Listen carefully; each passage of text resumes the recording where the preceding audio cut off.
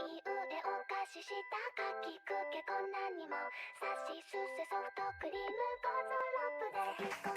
are you? Probably fine.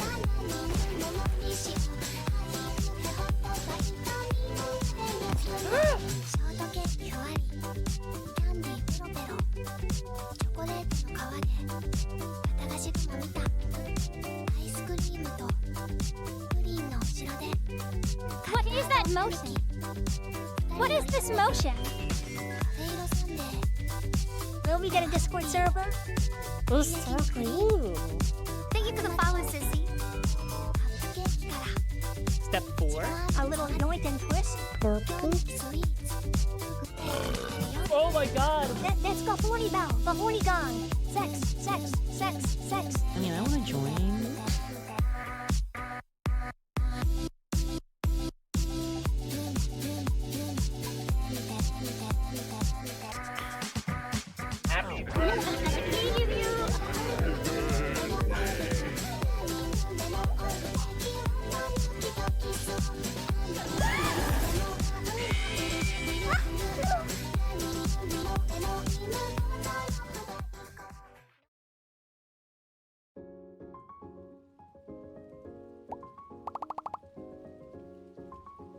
Hey guys, welcome to stream. How are you? How are you, Twitch chat? How are you, YouTube chat? Are we doing good? It's a Monday, which I know sometimes can be kind of tough, but you're here in chat now. The stream is on, so it's gotta be like kinda good at least, right? It's gotta be like at least like kinda good, right? Hey, and we got a fun video to watch today too. We have a fun video to watch. Maybe if it ends up being super duper cool, then I could even play this game too, I suppose. I never thought about playing the FNAF fan game myself. But yeah, if you did not know, this is a reaction video to apparently the hardest FNAF fan game that exists. Not only the hardest, but also like a pre-patched version that's like, I guess supposed to not be beatable? I'm not sure, but we're gonna give it a watch. I'm making it sound like we're jumping into the video right now. We're not yet. We'll probably be getting into it in about like a half hour. That's normally sort of how it goes. Violet, also thank you for the follow. I appreciate it. Starboy, welcome as well.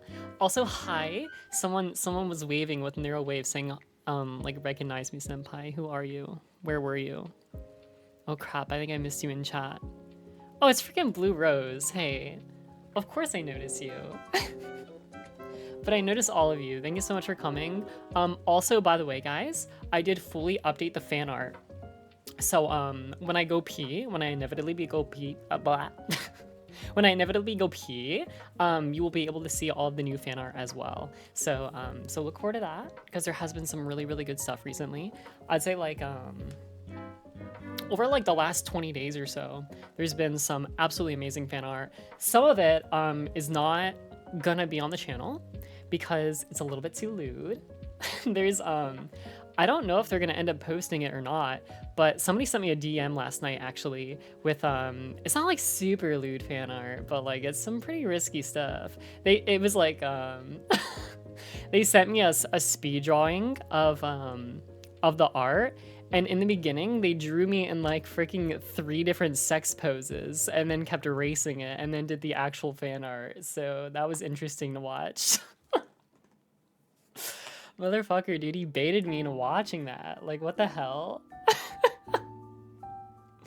Yeah, they joined the Discord server, but they haven't said anything yet. Dude, I don't know what they're thinking about doing, man. All I can say is that their brain is on a certain wavelength, and they let it be known. But they did it in a way that jump scared me, man. Because the actual fan art is not that lewd. It's really not. And then they sent me that video to watch. Like, what the heck? Hi, Luigi Hunter, welcome. Also Mika, thank you for the follow, and also Violet Gazer, thank you so much for the tier 1 subscription. I know it kind of sounds like I'm beating a dead horse. I'm trying not to talk about it too much, but also you kind of have to talk about it if you want it to happen, right? If you don't like think about things and talk about them, then like they will never happen. So we are going for Partner Plus this month, which means like if you scroll down below my Twitch stream, you'll see it. It's a bar that fills up to 300 points, and the way to make those points go up is you have to either either subscribe with a tier 1 subscription, tier 2, or tier 3. Now, tier 1 is 1 point, tier 2 is 2, and tier 3 is 6. So yeah. Just saying, you don't have to, of course. Feel free to watch freely. That's what's great about content over on Twitch, is that you can watch for free. At least, like, I don't know, 99% of creators you can. Dude, it's so crazy that some people like gate their VODs and stuff like that with subscriptions and stuff. Primes do not work, which really sucks, but you know, I don't know. It is what it is. Of course, I still really appreciate people gifting subs though. Like, if that's your thing, if you want to just continue to give subs or whatever, target those people and gift those subs. I don't care. And same with primes. All support is great support, but we are specifically going for Partner Plus, so now you know. Psychotic Cat, thank you for the follow as well, welcome. Where is Beetle? Oh my gosh, you're the first one to say anything, yeah. I did take him off my head, I don't know, man. Like, I feel like he needs to rest for a little bit, just for like a little bit, okay? It was the same thing when I had like my party hat on. I don't know, like some of you were in the chat when this happened, but during my birthday stream, I had a party hat and a balloon, and I kept that on my model for like 2 months because I liked it so much. I thought it was super cute. So yeah, I don't know. I felt like Vito just needs to rest for a little bit, but he's definitely gonna come back. He's definitely gonna come back for sure. Why does your voice sound different from your IRL streams? Because I use a voice changer. I feel like some people almost, they think it's like a gotcha when they ask that. Not saying you, Miku, by the way, but people are like, bitch? I think you're using a voice changer. And I'm like, yeah, I am actually. I am, yeah, that's a thing that I do, so, yeah. Also, Obi, thank you so much for the tier 1, dude, oh my gosh. Super duper appreciate it, thank you so much. Cynatic also, thank you for the 2 months as well. Thank you. Thank you. Will you do an unboxing video for your new mask? Yeah, probably. I mean, I did it for my other one, so I assume I probably will. I'm hoping that it comes in time. Actually, you know what? Hold on. I'm going to track my Taiga Kigurumi mask right now. Let me open it up on my phone and track it real quick.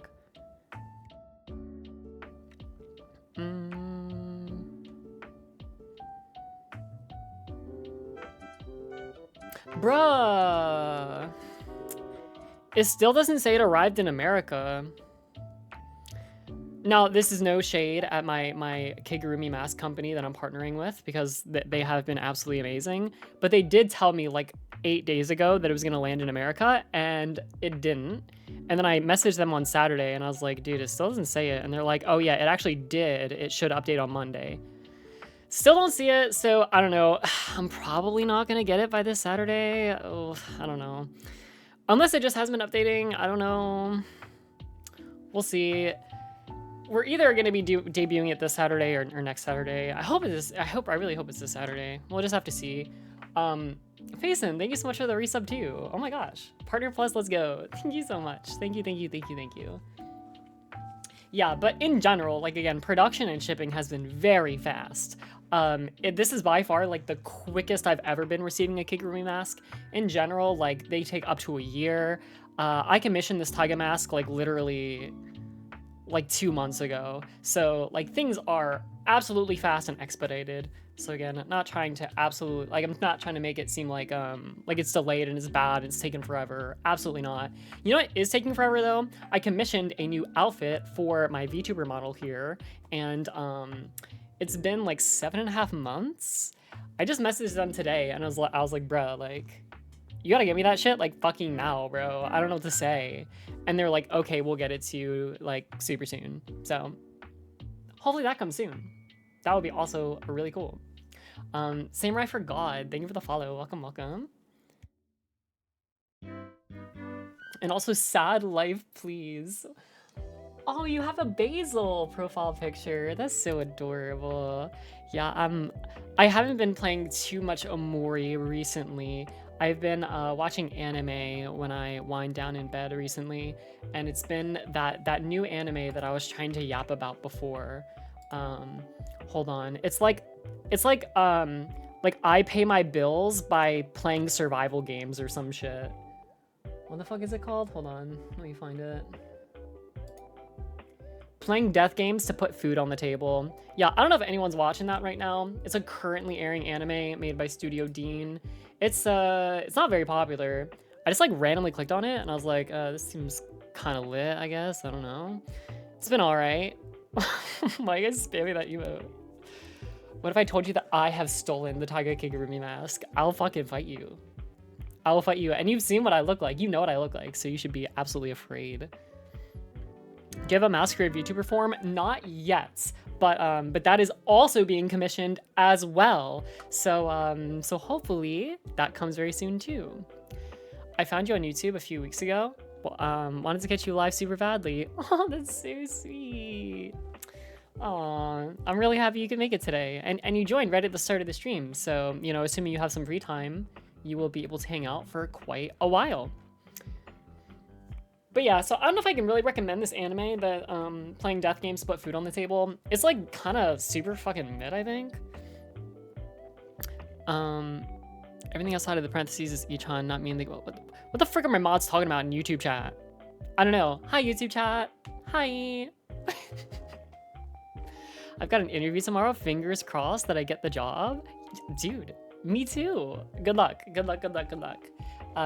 As long as you listen, if you haven't done this, you know what I'd really recommend doing? Going on YouTube and typing in like 50 of the most common interview questions and literally go through each one and answer them. Number one might be like, what is your name? Just do it anyway. Just like, my name is Thomas. My name is Thomas McGillicuddy. Nice to meet you. And then like practice sticking out your hand for a handshake. Just like answer each one and do that like maybe 4 or 5 times if you can. That way, like, you're pretty prepared for like generally how the interview is kind of gonna go. I would super recommend that if you have not done something like that. What is your favorite color? Pink. I just like pink a lot. God, imagine my name is Thomas. Okay, listen, there's nothing wrong with the name Thomas, but I just don't really. I don't look at myself and see a Thomas. That's all I can say. I just don't really strike myself as a Thomas. Can't say that I do. Oh, a Tom though. Tom on the other hand. Oh shit, now we're talking. Tom Ska. Maybe. We're getting warmer. We're getting warmer. Professional Sniffa. Thanks for the follow. And Pixar Fox. And Loku. Thank you for the follows, guys. Welcome, welcome. Better than Tim. Dude, why are we just talking shit on names now? Thank God my name's Thomas and not Tim. Oh my God, dude. I have a Tim. I know a Tim. He's on that fucking Fent, honestly, dude. So, yeah, I don't have like a great vision of Tim's at the moment in my current life. Ichan and friends, hello. Hi! Welcome, welcome. I hope you enjoy stream today. And also welcome to Zamboni as well. This is my first live stream. Welcome. I hope you enjoy stream today. Achievement unlocked. How did I get here? Dude, we have like a lot of like new people kind of jumping in that are trying to make it to the streams, and now they finally made it to one. This is really cool. Welcome as well, Ash. So I guess just again, friendly reminder, if you guys aren't a part of the Discord server, you can type !Discord and join. I'm going to be announcing a movie night. So we're going to be watching a movie together very soon in the Discord server. And along with that, dude, I really got to like write that down on my notepad to like make an announcement for that ASAP.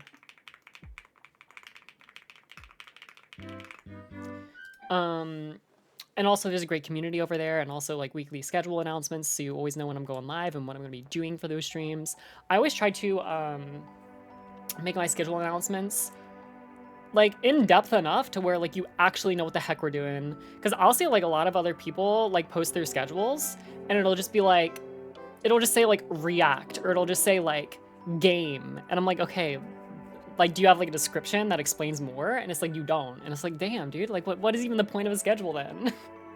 So yeah, in my Discord, I will like post my schedule. Then I also write like some detailed notes down below that actually tell you like what we're legit doing. So yeah, I'm not trying to bait, you know.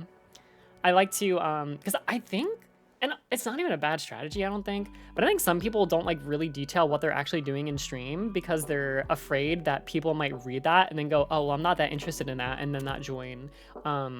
Which I think is kind of true, but like, I don't know. I'd rather you guys just like know what I'm doing and then you choose to join or not. You're either, you're sold on me or you're not sold on me. That's all I can really say. Oh, Fuiku, thank you for the follow. You're the person that's been chatting my Discord server for like fucking 5 hours a day for the past 3 weeks. So thanks for finally following. I hope to also see you in the Twitch chat pretty often.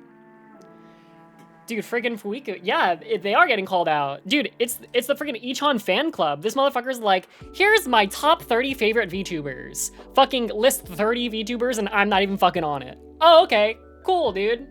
Do you know that like you're literally your number one most used server is the y-chanVODs fan club? Do you know that? Do you understand that? Do you like what is happening? Okay? I'm just saying. I'm just freaking saying. Yeah, because your community is awesome. Cool. Well, the community is also here, bud. Which I guess you're now learning. So there you go. He's more active in like 30 other Discord servers. Oh God, no. Don't say that. I'd rather it be the reality that I'm talking about now. No, I'm not crashing out. Dude, oh my God, people were so mean to me in the Discord server today. I was getting bullied harder than I've ever been bullied in my Discord, ever. Like, people were just absolutely swinging when I joined the Discord today. What happened? Just the usual. Everyone's like, y-chanVODs so ugly. Okay, that's not exactly how it went, but that was my interpretation. You know how like, you know, like you'll read something and then you take like the worst possible interpretation of it? So like I was reading like 100 chat messages and all of them just read y-chanVODs is an ugly whore. She should honestly just like jump off a Minecraft bridge. No water at the bottom. And I'm like, Jesus God, dude. Oh my God, why am I even a content creator? It's just not worth it, man. What are you talking about? I'm messing around, okay? Okay, here's an actual example, okay? Draker, oh shit, what exactly did Draker say? Draker was like, they were like, what exactly did they say? They started firstly by saying, yeah, Azaras, you know what they said? You gotta quote them, dude, because at this point, I only remember the misinterpretation. I only know the misinterpretation. I don't even know what they actually said anymore. But anyway, oh yeah, I remember. Draker said like, they were like, hey y-chanVODs, just wanted to say that I like lost all respect for you after how poorly you padded your chest with fake boobs, you fake bitch. And I'm like, what the fuck? I was like, I'm just trying to like make Kaching look more lore accurate. What the fuck? And they're like, you're a fake bitch. And I'm like, what the fuck? How am I even supposed to respond to that? I don't even know. Why would they say that? I don't even know. I literally don't get it.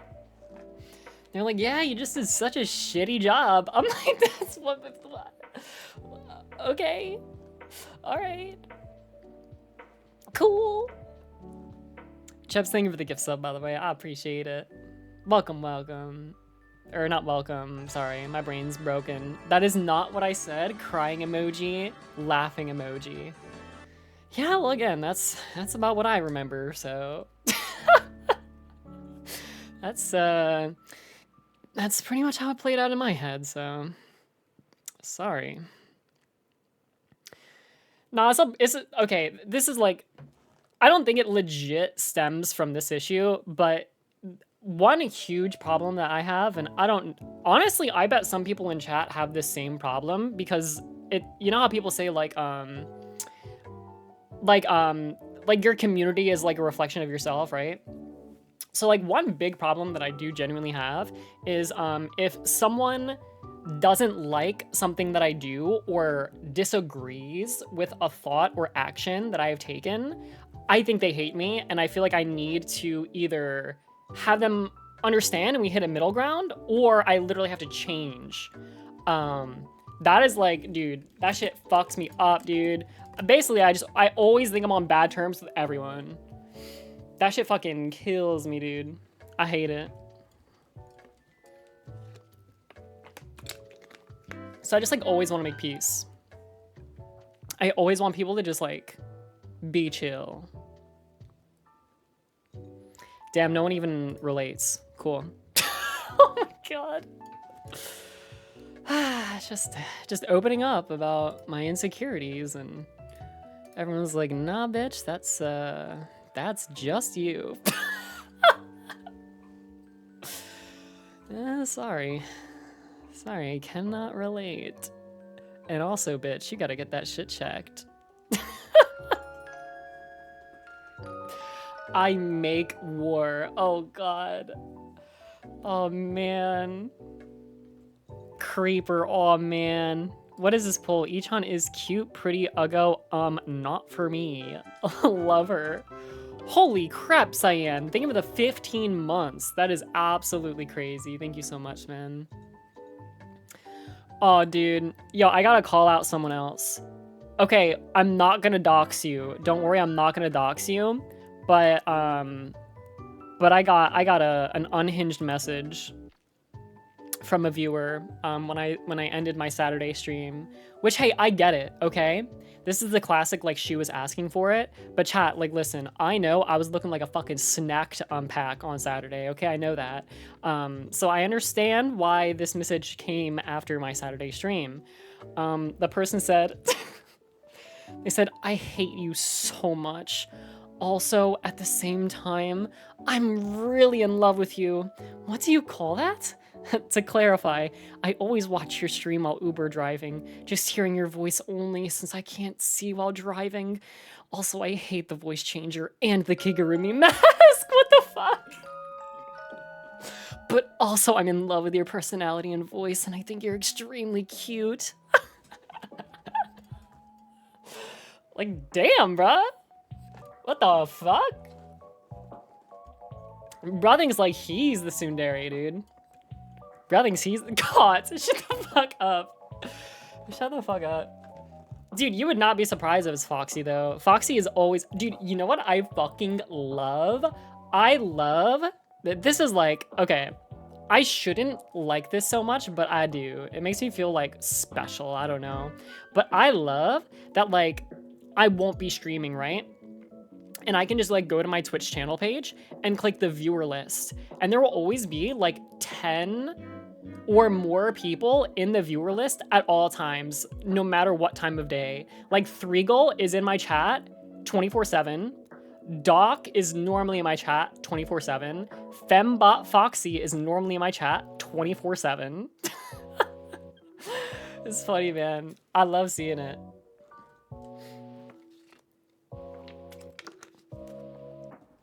Fucking Doc, dude. I love that guy. I fucking love that guy, man. What's so weird, too, is Threegle wasn't even typing in the chat, ever. Threegle typed in the chat the day after, Threegle typed in the chat the first stream after Vidal's subathon ended. So I was like, oh, okay, cool. And like a lot of Vidal viewers came over for that first stream after the subathon ended. Makes so much sense. After that, Threegle and a lot of other people left and never typed again, which is totally cool. Also fully understandable. Then on Saturday, I was talking shit on Threegle, and then he said, "What's up, bitch? I'm here." And I was like, what the fuck? Like, I don't understand. Are you actually listening to every stream? What the fuck, bro? I don't know now. I don't know how often he's watching now, but bruh, I felt so caught. And also, call me a fucking like yandere or whatever the fuck you want. I track the fuck out of my viewers. Again, like, I'm not saying this is impressive, but like, do you understand that I know exactly everything? I know that Threegle always is in the lurk list. I know the last time he chatted, and I know that when I mentioned his name, he immediately chatted on the stream before. Okay? I know who you are. What about me? Blue Rose, I think about you a lot, man. And I know that's probably not a good thing to say, okay? Because remember, we don't want to breed anything too parasocial. Because at the end of the day, if you watch a live streamer a lot and you have quote unquote an Oshi, you are somewhat parasocially attached no matter what. You just gotta make sure that like you keep it to a healthy level. And I never ever want to promote things that would help push it to an unhealthy level. But anyway, yeah. Any streamer that says like, you know, I'm not your friend, and like no like nothing parasocial here. Like you're just fucking lying. You're lying straight through your fucking teeth. If you have viewers that watch you all the time, they are somewhat parasocial innately. This literally is like what being a Twitch streamer is.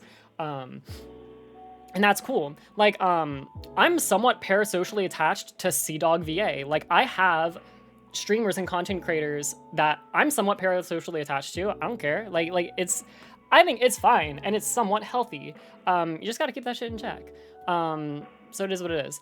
I love CDawg and like Chris from Abroad in Japan and like all those people because like they're just so chill, dude. I just love chilling with the homies. I love that shit. So I love them. Yeah, basically anyone that makes any appearances in Abroad in Japan videos, I like pretty much all of them.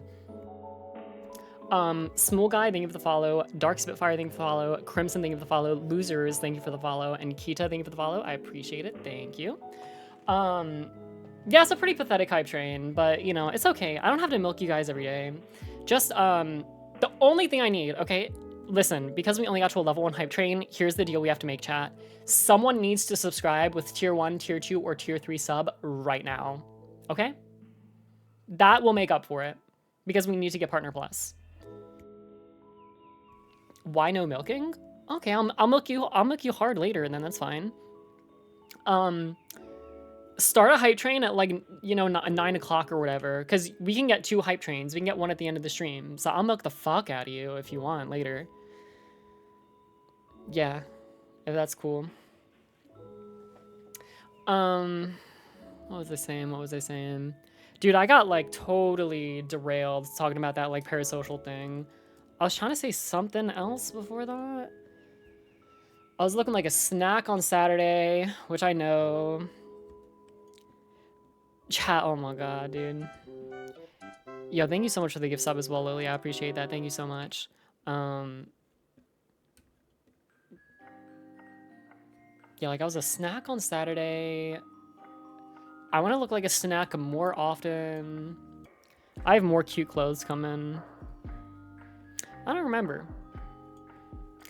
Oh yeah, I was talking about Blue Rose, and I was like, I think about you all the time. That's what I said, and then I got derailed for the parasocial stuff because I didn't want to like get that shit twisted. Dude, I worry about you, bro. Like, Blue Rose, don't be freaking. I gotta see you in my Discord server, making friends in the Discord server at least. I don't know what else to say, bro. You've told me you have no friends, and I see you freaking being sad boys, dude. You gotta. And then you said you're fucking cooked. I was like, get your life together in my Discord stream, or in my Dark Souls stream. You're like, nah, dude, I'm just cooked. And I'm like, dude, oh my god. This fucking kid, dude. I believe in you, okay? You're good. You're cool.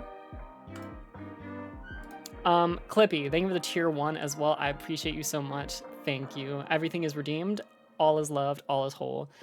Dr. Marine, thank you for the 3 months as well. Yeah, you can do a big guy. Come on, you're good.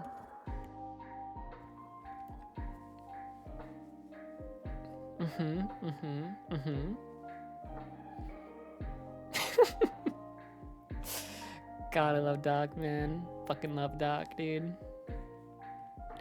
What was that? That one art Keen did where chat holds y-chan's hand is us right now. Oh yeah, I do love that one. That fan art's really good. And yeah, for people that weren't here earlier, I did update all of the fan art. So when I go pee, then you guys will see all of the new fan art. It's all so good, man. It's so good. It's so good. Any plans on getting a 3D model?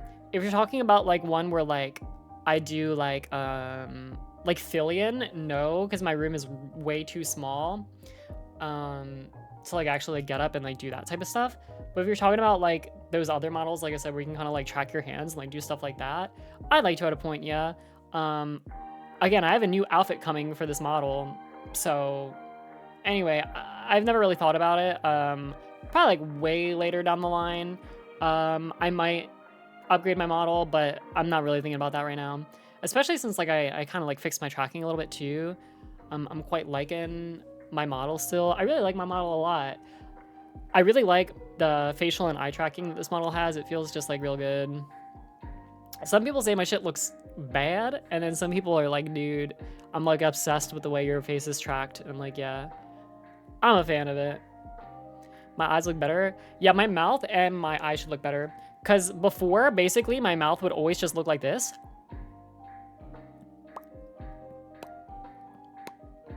It would just be like closed or open like that. But now, like,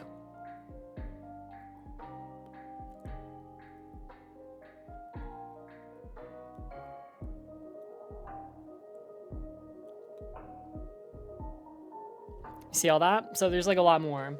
So when I'm like talking, you'll see my mouth actually like make different expressions.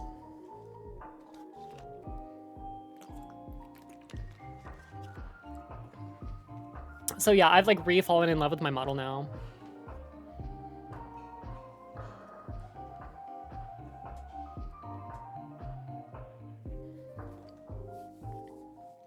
Oh, also Fedora. Thank you for the resub. Fedora, I feel like I haven't seen you too much recently. I feel like you used to be like hog in the chat during the Dark Souls streams especially. Hope you're doing good. Y-chan is cute, pass it on, thanks. I put in the Discord server this one outfit that I bought, but I feel like it's like too sus to wear on stream. It's not too sus, I don't know.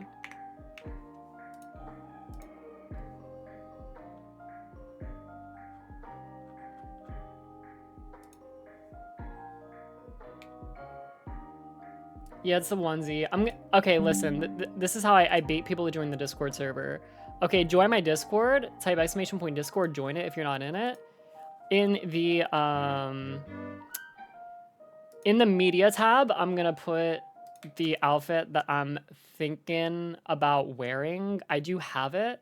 It's like skin tight, it fits me so good. It feels so nice too.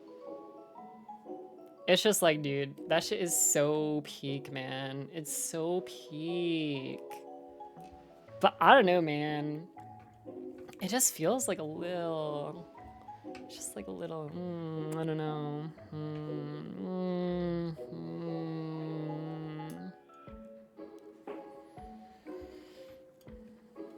It's cute, not that sus.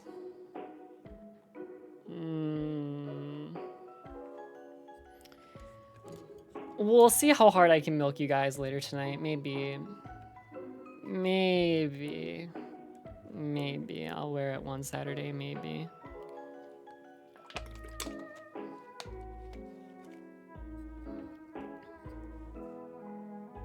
Maybe. It's a singular sock. Yeah, you don't even have to check now. You're good. But yeah, again, you can join the Discord server and look at the media if you want to look at the media text channel and check it out if you haven't seen it. If you want to know what I'm talking about. Can you give us a countdown when you milk us, bruh? Yeah, I'll count down. I'll count down when the hype train starts. Don't worry, I got you. I got you. I got you, bro. It's the least you can do for your bro. Also, Rock Number, thank you for the follow. I appreciate it. Oh God, his name's I Swallow. Yeah, the things you do for your homies, you know, always got to make sure you do the best for your homies.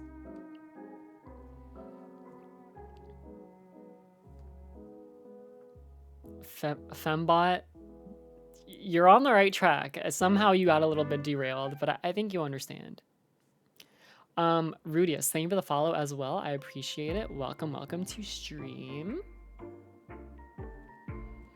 Always make sure you cuddle the homies after you hug them. I mean, after you milk them. Okay, I'll make note of that.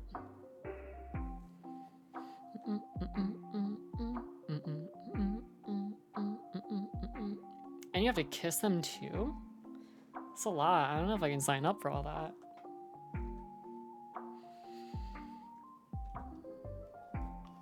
Your homie can be like your practice partner. For what? What are we practicing for? What are we practicing for? Oh, for like when you start kissing girls? Oh, you and your homie, you practice kissing so that way you're really good when you run into the girls and have to start kissing the girls. Oh, thanks, Ken. Hello to you too.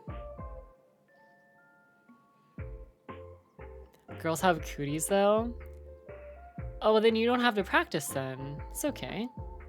Don't even practice then. You don't gotta worry about that. There's no reason to kiss your homies if you're scared of the girls.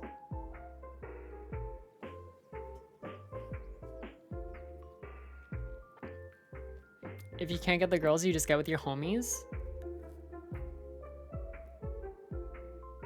How do you convince one of your homies to cosplay as a Salfo, though?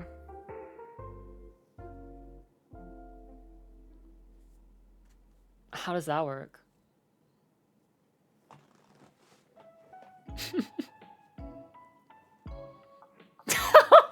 Bot Boxy. That emote. That emote for that asking 3 gold, can you? That is so good. That is so, so good. Eventually they will. They'll warm up to it.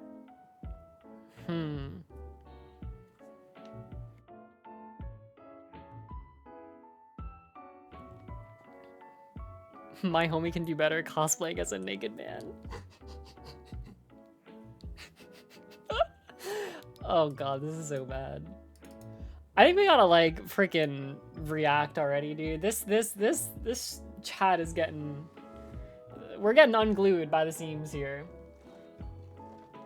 I think we have to... I think we gotta jump into the content. So... Oh gosh, this video is so long. I'll probably have to pause to pee halfway through anyway, but I should at least go pee on the off chance that maybe I'll be able to hold it for the rest of the stream then. So, yeah, guys, enjoy the new fan art, okay? There's a lot of new fan art. Check it out.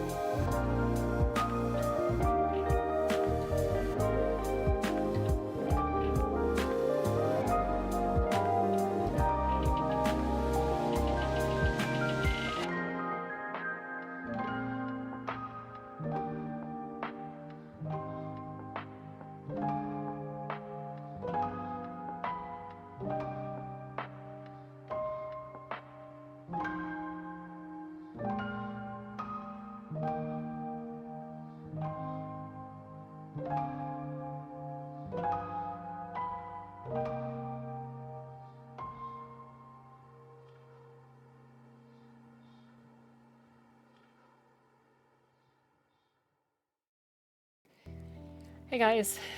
Okay. My mom just baked some fresh chocolate chip cookies, so I just got one of those. Mmm.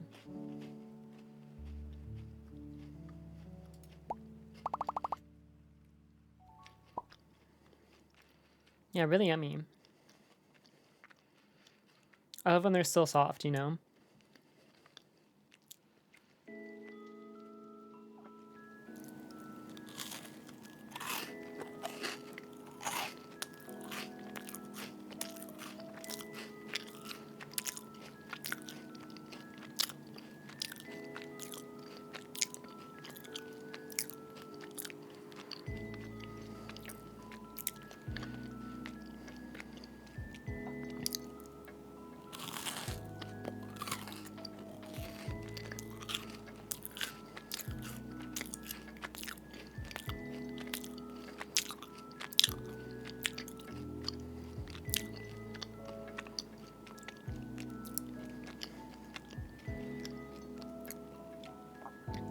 The outside is crunchy, but then the inside is soft.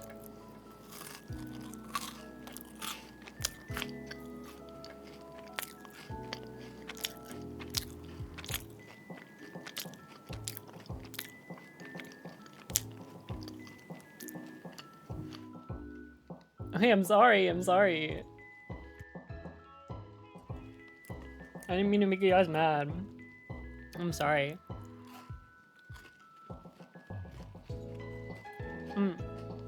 We're reacting now, though. Close your mouth, then. But it's not fun if you close your mouth. It's not fun, then. Violet, thank you for the 5 gifted. That's really sweet of you. We got a Glorby redeem, but Glorby can't react to this shit right now.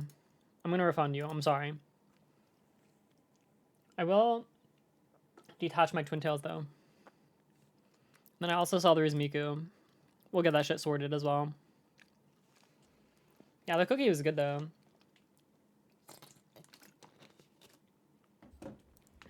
I was eating a chocolate chip cookie. They literally just came out of the oven like 3 minutes ago. My mom just made them. So very yummy.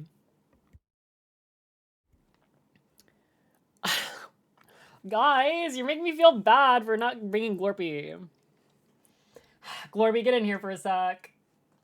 I'm totally trying. Hello, guys. How are you? You doing good?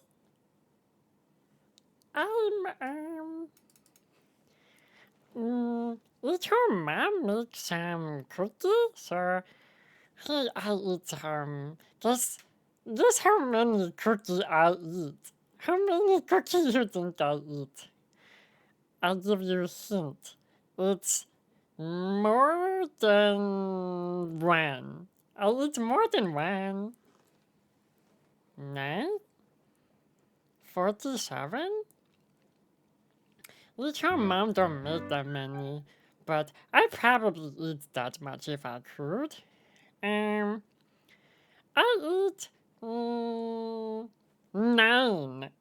I eat 9 because that's as much as I can. I'm not allowed to eat more because it has to go to everyone else. Like 9 is like half the cookies, so I can't eat more, or else Ichon gets mad at me. So I already eat all my cookies though, and it was very yummy. And I'm a go now, okay? Bye guys. Hey guys, what's up? Like I said, I just wanted to bring Glorpy in for a second here. We have to react to a video, so unfortunately mom has work to do here.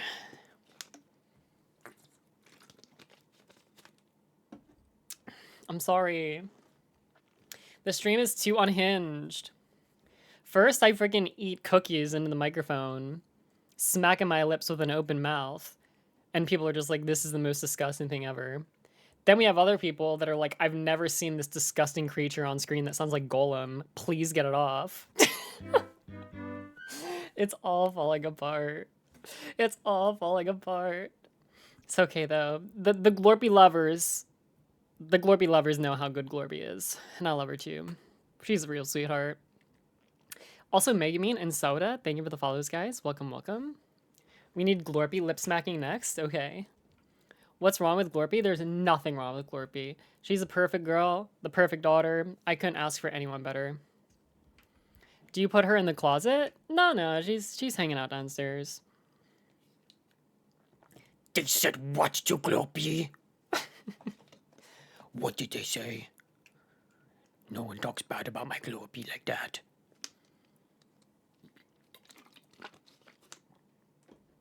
Your parents know about Glorpy? Yeah. Yeah, she's hanging out with my parents right now. They keep her busy when I live stream, so that way she doesn't just like barge in the room anytime. You know what I mean? It works. Alright guys, are we ready for content? Yeah, Glorpy is 6 years old. She's turning 7 pretty soon though. Also, hey Big Bucks, welcome, welcome. Alright, yeah. This is the hardest FNAF game ever. Hold on. I gotta blow my nose.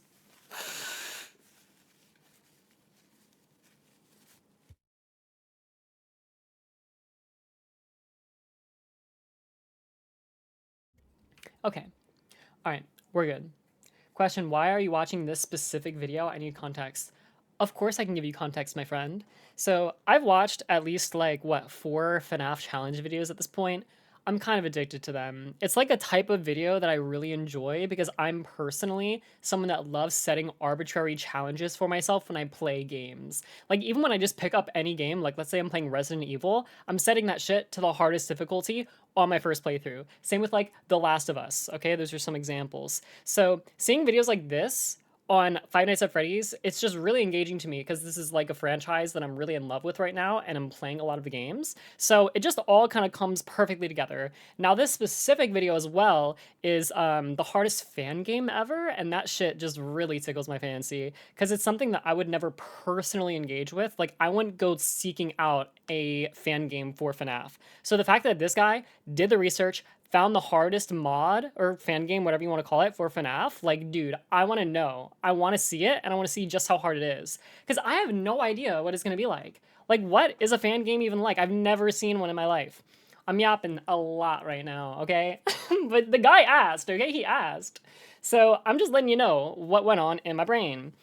Point is,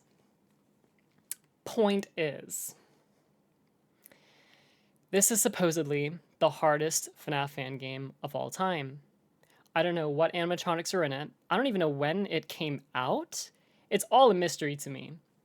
And considering how hard some of the games already are, especially when you pose different challenges and restrictions, having this be considered like the hardest, it's super interesting. So without further ado, let's give it a watch. Welcome to the first day of your exciting new career. Whether you were approached at a job fair, read our ad at Screws, Bolts, and Hairpins, or if this is the result of a dare, we welcome you.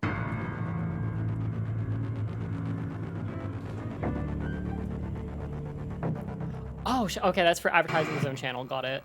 Dude, I'm actually super interested in that though. I just finished Sister Location, so I'll probably watch that video very soon too. Also, thank you for the followed, Darkers ends a whiff.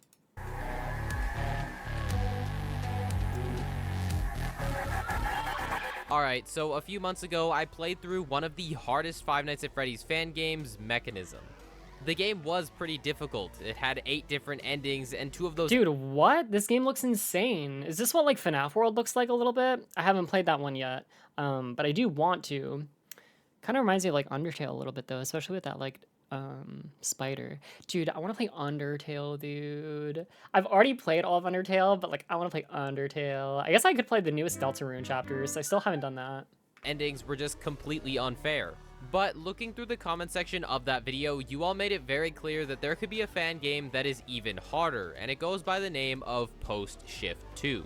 This game is commonly referred to as the hardest Ooh. fan game. It Wait, was this actually looks so so good. difficult, it got removed from Wait, what the hell? This looks so good. Game Jolt only 5 hours after it was posted. It got removed within 5 hours specifically because of the difficulty?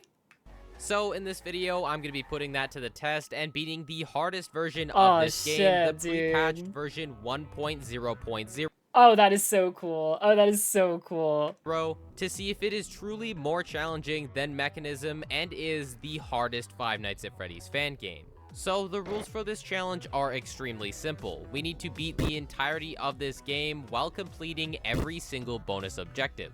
Oh, And in order shit. to make this challenge as hard as humanly possible, I am not allowed to watch any guides or tutorials that are not included in the game.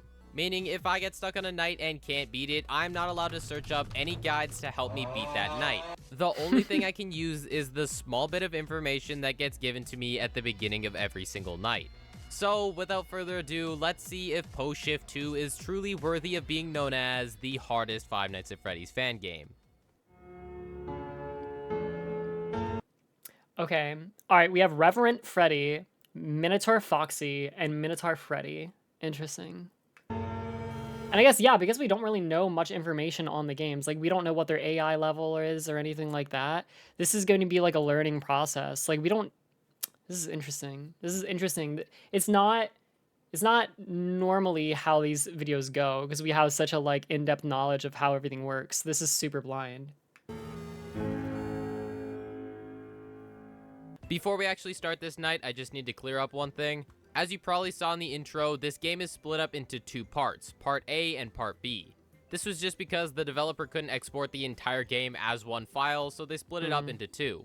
So nights 1, 2, and 3 are Part A, and nights 4, 5, and 6 are Part B, and for both parts, I obviously went for the pre-patched version 1.0.0. Alright, now with that said, we can finally move into night 1. So for night 1 and every other night in this game, I'm going to be splitting the night up into 3 segments. The first segment being what we need to do to complete the night, the second segment being all the animatronics present and how to deal with them, and the third segment being all the bonus objectives we have to complete throughout the entire night. But before I explain any of that, I first want to talk about the map in this night, because yes, there's an entire map for this night that we have to walk around. Apparently, sitting paralyzed in an office isn't cool enough for this game. Great. On screen right now. Oh my god, this is the entire map layout for even just the first night. That's crazy. That's so interesting. Is this mostly based off of like a FNAF game and like assets from other ones? Because like this just looks so uniquely custom. It's kind of blowing my mind. Now is the entire map for night 1. This area is also known as Aisle 1, and it is absolutely massive. It's really hard to fit the entire map on one screen, but luckily I'll be talking about every single room individually, starting with this upper room that's known as the souvenir area. The souvenir area is where we spawn, and other than that, it is basically completely useless. In later nights, an animatronic spawns in here, but that's in later nights, so we don't have to worry about that. Okay, thank you for spoilers, other than just being brother. spawned here, the information given in this little text bubble during the tutorial of this room is very important, and you'll find out why later. But yeah, this room is useless. Just get rid of it. I literally never re-enter this room, so to exit this room, we press S, and we are now in the aisle end. The aisle end is located right here on the map, and it is literally the most important room for the entirety of this night. This is because not only is it connected to the souvenir area, but it also connects to the sanitation and cleaning area, as well as the construction area. To get to the cleaning and sanitation area, we can take a left from the aisle end and do a really long walking animation to this part, which pretty much nothing happens here, so we have to take another extremely long walking animation just to make it into the cleaning and sanitary room. This room is pretty important for this night because one of the only animatronics that spawns shows up in this room. To make it to the construction area, all we have to do is take a right from the aisle end and do another extremely long walking animation. This shit seems so chill though, like actually. Like so far it's like, why is this hard? It seems like a walking simulator. I'm sensing a theme. But once we make it there, this is the only area that matters. We can continue into a back room of the construction area, but that place is useless. It literally does nothing. The game even tells us to not go there because there's nothing there. Somehow, that's not even all of this map. If we return back to the aisle end, we can actually turn around into the temporary aisle. From here, we can move forward into this section of the aisle where we can look to the right through a gap in the shelves for any animatronics that are trying to eat me. And this place is very important, and it would really suck if I had no idea this existed for half the time I was playing. Bruh. But right now, that's not Again, that's what happens. You don't look up anything. That's nuts. important because other than looking to the right, we can also move forward into the promotional area. Once we've made it to the promotional area, we can steal some stuff because they're not paying me enough. And we could also look to the left to get a secret view to see if there's any animatronics trying to kill me. But finally, that is the entirety of this map. If that was very confusing, I'm not sorry. Welcome to Post Shift 2. The game's confusing, I tried. Honestly, it didn't seem that confusing. To me, I'm like, dude, there's like... I feel like you barely do anything. There's like 5 rooms that you go to, and you click like one button to like crouch and look down to see if there's an animatronic. Like, what is... When does it get hard? When does it get hard, man? Like, I'm not seeing it. It's night 1. I know, but like, it just seems like there's not even like counterplay. It's like, it looks like you're just hanging out. It looks like you're just like taking a stroll down memory lane. You're just like, oh shit, there's Freddy. I love that guy. Oh, there's Foxy, my favorite femboy. How's the programmer socks? I saw you got a new pair. So with all that said, we can move into the first segment of night 1, which is how do we win? For night 1, there's actually 2 different things we have to do to complete this night, and one of them is extremely obvious. It's present in literally every single Five Nights at Freddy's fan game ever made. That's right, we have to survive from 12 a.m. to 6 a.m. Night 1 lasts for 6 minutes and 30 seconds, so obviously to complete this... Also, chat, don't spoil me. Dude, when I was watching like the Minecraft civilization thing, and also like what was the one where it was like the guy where it's like a second world and like the Yellow King or whatever. Dude, all the comments, everyone's like, your chat fucking sucks. They should all jump off a bridge in Minecraft, no water at the bottom. And I'm like, I don't know, I thought my chat was pretty chill, honestly. Like, they said, like, 2 things that spoiled me in, like, a 1-hour video. What do you want? People are like, oh my god, this guy's my favorite character in the Civilization video. And people are like, fucking spoilers. Now she knows he's an important character. It's like, who cares? Night, we need to survive for that long. But that's not the only thing we have to do. If we make it to 6 a.m., the night doesn't end. We have to do another thing. The second thing we have to do is complete 3 tasks with our half-less repair drone using our employee maintenance monitor, or EMM. This requirement really shows the main problem with this game. The developer doesn't tell you anything. First off, to even open the monitor in the first place, we're only told how to do so in this sentence in this little info card that only appears in the tutorial for this room. So if you just happen Well, bro, read your shit. Like, I don't know what to say. You're not looking up resources, so that is like gold, dude. Skip this sentence, you're gonna miss out on all this that shows up in the... There's a lot of info dumping, I will say, though. Like, holy moly. You go to, like, each zone, and there's paragraphs. And that never pops up again? That's kind of evil, I'm not gonna lie. EMM. And that's not even the worst part. When you open up the actual EMM, you are barely even told that you need to use the repair drone. The only time the game mentions this super vital piece of information is when you open up the EMM and click on the tab for the half-less repair drone. And once you are there, there is a small little info box in the corner that tells you that you need to do this to complete the night. As I mentioned, we need to use this drone to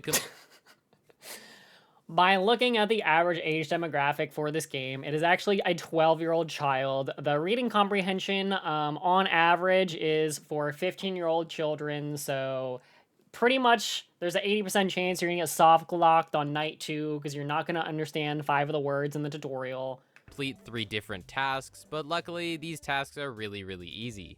All we have to do is click on the drone. I actually told my parents about Five Nights at Freddy's at dinner tonight. We were talking about Chuck E. Cheese, and I was like, oh my god, Mom, Dad, have you ever heard of Five Nights at Freddy's? And they're like, no. And I'm like, oh, well, it's like the most well-known, like, horror video game. Like, 5-year-olds play it, and also 40-year-olds play it. It's kind of nutso. Tab, press view, and then click another button, and the drone will automatically start repairing. And the drone just does this in the background while we're playing, so after about a minute and 15 seconds, the drone finishes the task and we can just tell it to do the next one.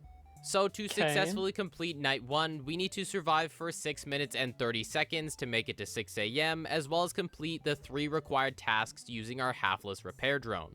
There we go. It's as simple as that. Simple. No, it's not. Not at all. Because a Five Nights at Freddy's fan game is not a Five Nights at Freddy's fan game without some funny, quirky animatronics. In this night, there's only 3 animatronics. Revenant Freddy, Minotaur, Minator, whatever. It's Foxy. Okay, thank God, dude. When I read that, I was like, I've never seen that word in my entire life. And then someone in my chat said the word, and I was like, I thought I was getting bullied. They're like, this bitch don't know what the hell this word is. I don't know what the hell that word is, man. I thought it was Minotaur, and it's like, oh, it's not. I don't know. And the final one is, I'm gonna say Minotaur for the rest of the video. So, Minotaur Freddy. The easiest of these 3 to deal with is Revenant Freddy. He'll first appear sitting against some shelves in the promotional area, but this doesn't really mean anything. The game's just letting us know that he is there and can kill us. Dude, when I was younger, I was like so self-conscious about that. I'm not even gonna lie. Like when there would be like a word I didn't know and I had to say it out loud, I felt so dumb for not knowing it. Now you kind of have to accept it, man. You just kind of have to accept that you're an idiot sometimes. That's just life. When he spawns against this wall, we're actually given a sound cue to know that he's there, and it sounds like this. Ooh, I like that. I think because the thing is that like I've always kind of valued like intellect and stuff like that, so I don't know. It was embarrassing because like I wanted to. It's not like I was ever like a actually kind of person, but like I don't know. I always wanted to view myself as like, oh, I'm smart, but now I'm not like that anymore. I'm like, dude, if everyone thinks I'm an idiot, I don't care. Like, because I know I have like qualities and traits that I'm good at. You know what I mean? I think before I wanted to be like funny and smart. Now it's like, I'll just be funny. Whatever. I don't care. I know who I am. Okay. I guess that's what I'm saying. I think I'm a little smart. I'm definitely not dumb, but I was in the pursuit to be like, I have 150 IQ for a while. I definitely felt that way. Dude, I used to watch anime because I thought it like made me smarter. I was like trying to analyze anime. I took like notes and shit. I was taking like notes and shit. Dude, now again, I did enjoy doing this because it was my favorite visual novel ever and I think it deserved it. But dude, I was playing Umineko, the visual novel. Every 10 minutes, I would pause and write notes for like 25 minutes. Like noting down everything that happened and what it meant and the impacts of like the world and the characters and the relationship dynamics. It's like, dude, I was fucking crazy, dude. Now I'm just like, dude, I don't know. I don't gotta try so hard anymore. Or he could make another noise, which sounds like this.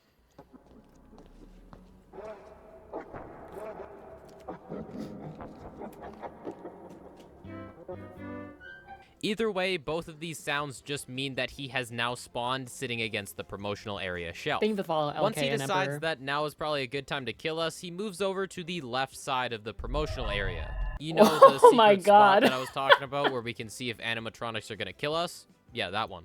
Once he's moved to the left side, you can see him creeping in a corner like a weirdo. And this now means he's in his attack phase and can basically kill us whenever he wants.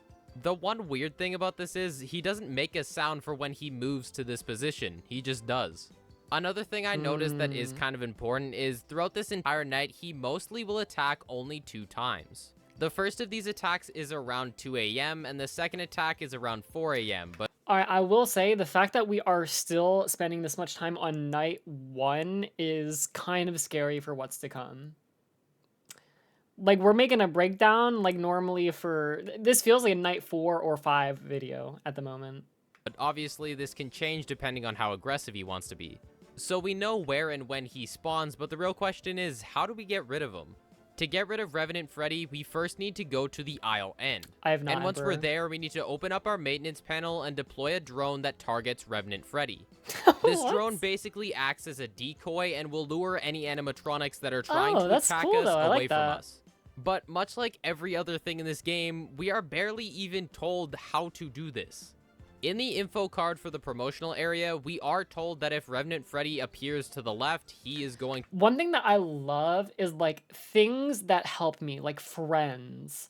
I love having friends in games. I've yapped about this before, but you guys know like tower defense games back in the day, how they were really popular. The only ones I liked were ones where you could like buy gunners to help you or like archers to help you. And it's also why I really liked like Age of War, because like summoning your troops to go like help you. Like, I don't know, that's the stuff I always loved. Because like you'd play them and you could like buy a support guy, or you could like upgrade your gun. I would 100% of the time buy the support guy and not upgrade my gun. to attack us. But the only time we are told when and where we should use the mobile drone is when we open up the maintenance panel and click on the drone itself. And even when we do, the information on where and who we use it on is like one sentence long. So needless to say, this took a really long time to figure out, and the best thing about all of this is, he's the easiest animatronic to deal with in this night. Well, yeah, just The throw a next, drone. I guess, easiest animatronic is Miniature Freddy. The interesting thing about Miniature Freddy is he can actually appear in two different places, both the cleaning and sanitary area as well as the construction area. The easiest of these two to deal with is when he spawns in the construction area, specifically this room of the construction area. Much like Revenant Freddy, we know he's made it to the construction area based on a sound effect that plays, which sounds like this.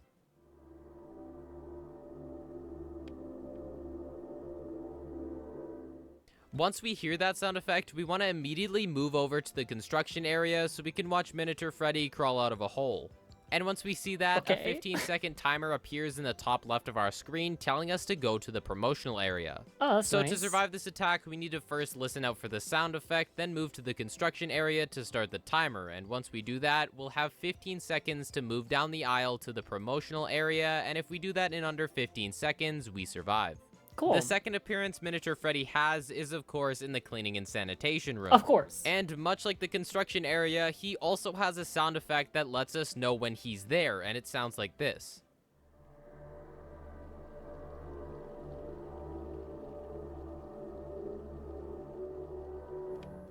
This obviously means that we're gonna have to move to the cleaning and sanitation area, and if we don't, we're gonna die.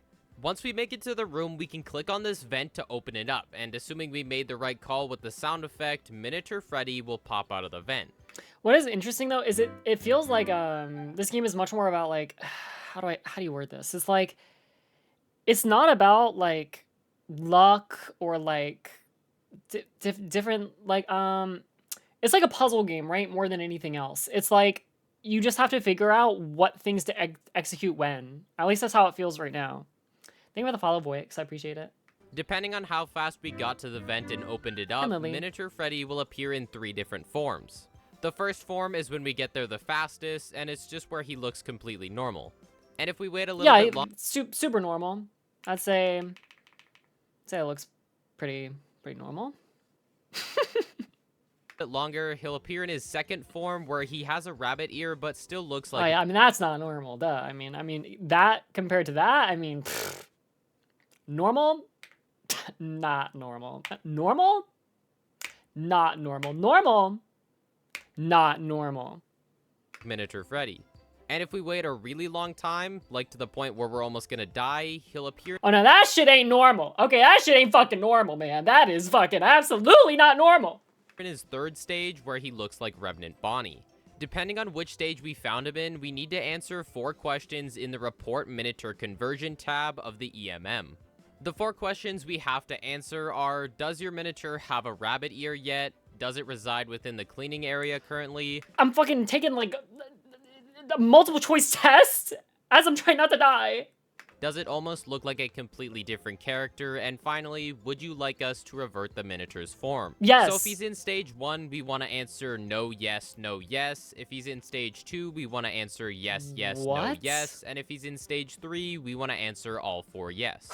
If we answer these 4 questions properly, Miniature Freddy will then disappear and will be congratulated with this sound effect, letting us know that we are not dead. Like I feel like I'm playing like the impossible game almost. Does that make sense? I know someone said that all of them are puzzle games. They are, but like and it's different between like it's like, oh, like when the animatronic is like near your door, flash the light. But like That's like, yeah, that's like, it's different from like literally hit yes on here and you're good. I don't know. It's like different. So that's how you deal with Miniature Freddy. He's a little bit harder than Revenant Freddy to deal with, but that's just because he appears in 2 different spots. And also, the sound effects that play are somewhat similar, and we're not told the difference between them, and we can only find that out by dying. Finally, there's only one more animatronic that appears in this night for us to talk about, and that's Miniature Foxy. Oh, Miniature shit, Foxy dude. will really only appear once throughout night 1, He's and just it's commonly chilling, around though. 4 a.m. Wait, he's chill with Much it, like though. every other animatronic we've talked about, he also has a sound effect that lets us know he's gonna attack, and it sounds like this. Once we hear that sound, we need to move around and check 2 locations that he could appear in, either against the shelves in the promotional area, or through that gap I talked about to the right of the temporary aisle. Regardless of which place he spawns, we need to do the same thing to get rid of him, and that's use the voice constructor in our maintenance panel. To do this, it's actually pretty simple. We select the voice constructor, then we're given a sentence that we need to recreate using the words on these 12 buttons. So for example, So on simple. screen right now, the sentence we have to recreate is 2 will be shocked with immediate effect if no return. So we need to press these 5 buttons in the correct order, then play the voice to lure Miniature Foxy away from us. This doesn't seem very difficult, but it's actually pretty hard because we have to press these buttons as fast as possible. And also, for example, the word 2, T-W-O, appears in the buttons as the number 2 instead of the word, so that can also be confusing. Also, I didn't know you could look to the right in the temporary aisle, so this caused a lot of confusion, but that's because, again, the game just doesn't tell you. It only tells you Miniature Foxy can appear there in 1 sentence in this entire tutorial. So now we know how to deal with every single animatronic in this night, and now all we have Gosh, I really hope not more animatronics appear later. I mean, they definitely wouldn't, right? It's probably just those 3 for the whole nights, like, right? to do is talk about the bonus objectives. 2 of these bonus objectives are really easy to do. Escape Miniature Freddy twice and lure Miniature Foxy away using the sentence constructor. Miniature Freddy appears throughout the night at least twice, and Miniature Foxy appears once, so as long as we don't die to either of these animatronics and complete the night, we already complete both of these bonus objectives. The only other bonus objectives we have to do are complete night 1 at the optimal efficiency level, and also complete night 1 at 6 a.m. with an excess time of less than 10 seconds. The funny thing about these 2 are, they can also be completed by doing the exact same thing. To get optimal efficiency levels, we just need to complete our drone tasks as fast as possible. And to complete the night at 6 a.m. without any excess time, we just need to complete our tasks before 6 a.m. So as long as we finish all 3 Dude, you drone jump into the tasks Matrix when you before win. 6 a.m., we have optimal efficiency level, and we will also complete the night right when it hits 6 a.m. So that's it. All the bonus objectives can literally just be beaten by not being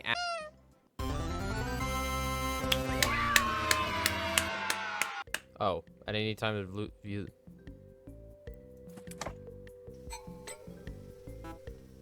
What the f am I looking at?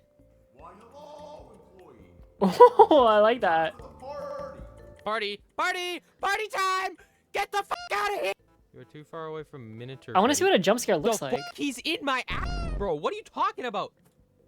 He's right Bro, he's in my ass milking me right now, bro. there, bro. See you later, man. Oh, fuck.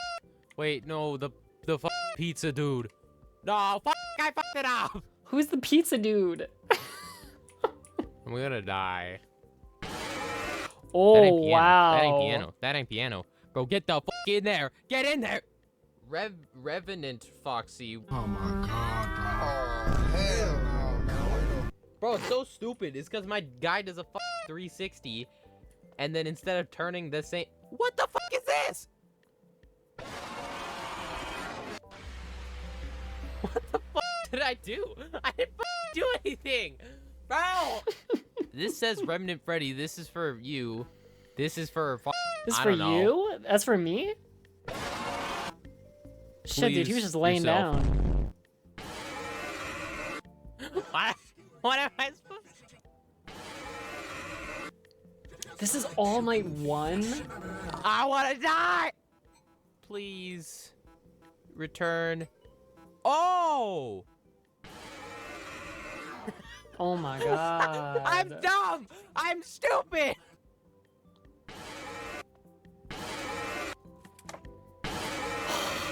What?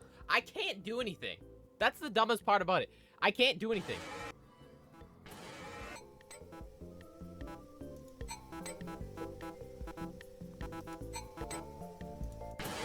Dude, bro has said that's the easiest part. He's died to it like 5 times. I went to play it. I played it. It's gonna be crazy. Yes. Fuck this. Night 1. I hate this. How do I pick Whoa! What is this? up the kids? Is he killing the kids?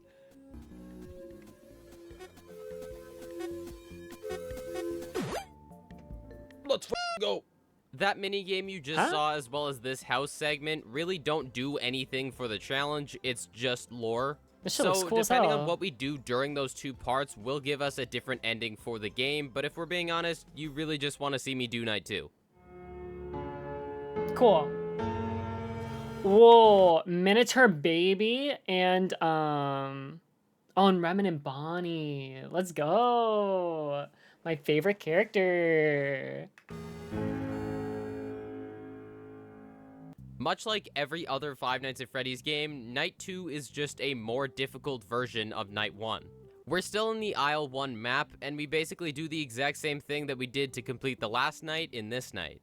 For Night 2, we again have to last from 12 a.m. to 6 a.m., although this time it took around 7 minutes instead of Night 1's 6 minutes and 30 seconds. Oh. I have absolutely no idea why this is in the game, but it is. So, anyways, the other thing we have Probably to do to needs to complete be this patched. night is, again, complete the 3 drone tasks. So yeah, like I said, the requirements to beat this night pretty much don't change from Night 1. But luckily for you, this night is nowhere near easy. The animatronics don't get a little bit Dude, more I love that difficult. he just waits for you to open up this tablet and type in his little cryptic sentence before he kills you. They get a lot more difficult, and there's also 2 more of them.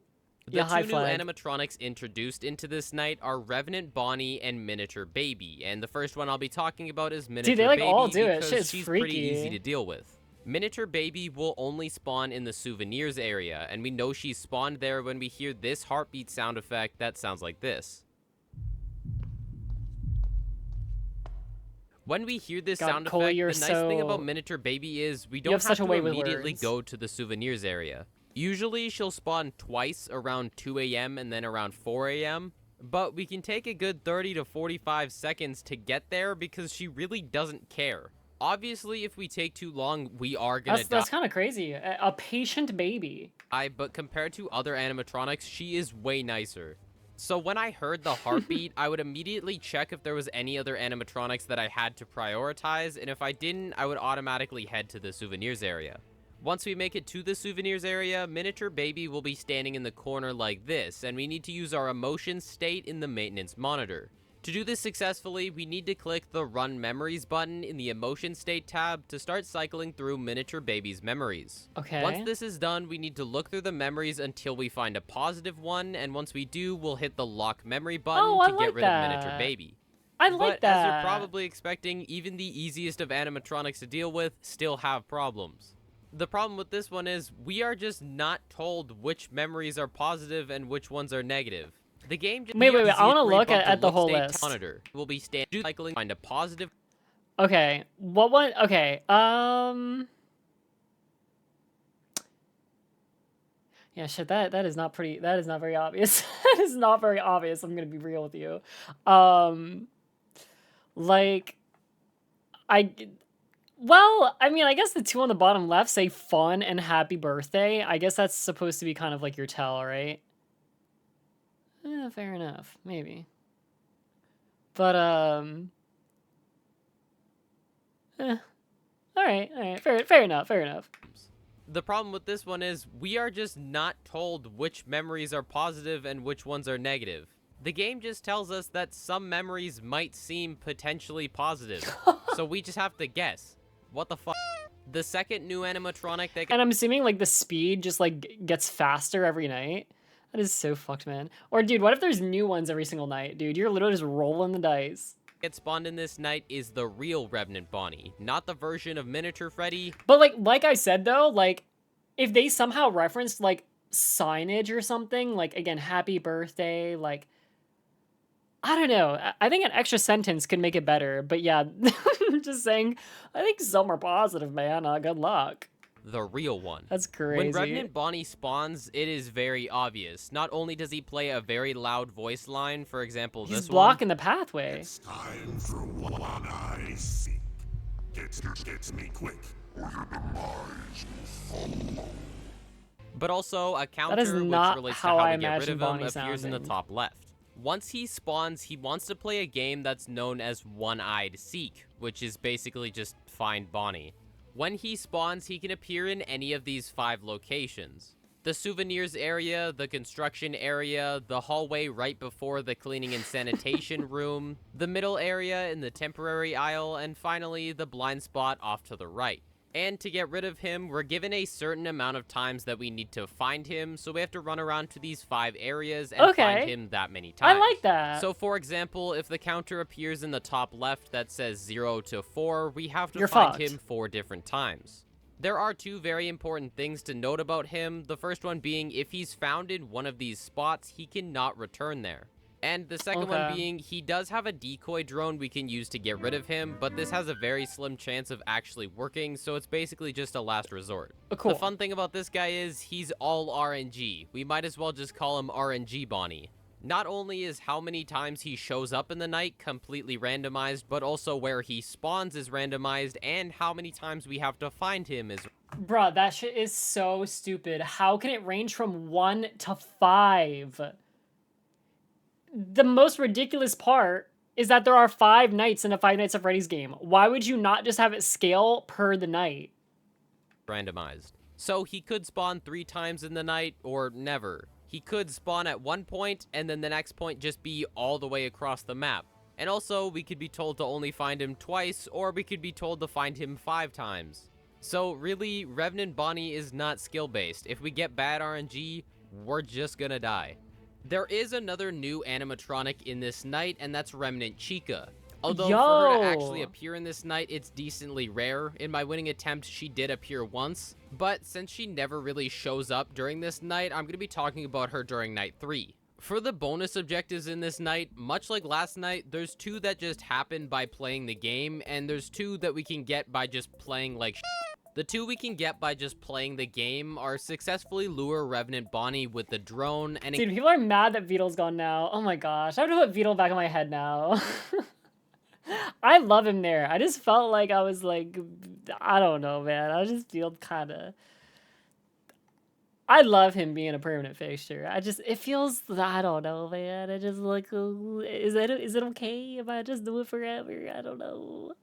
Encounter Miniature Foxy and Revenant Freddy at the promotional area.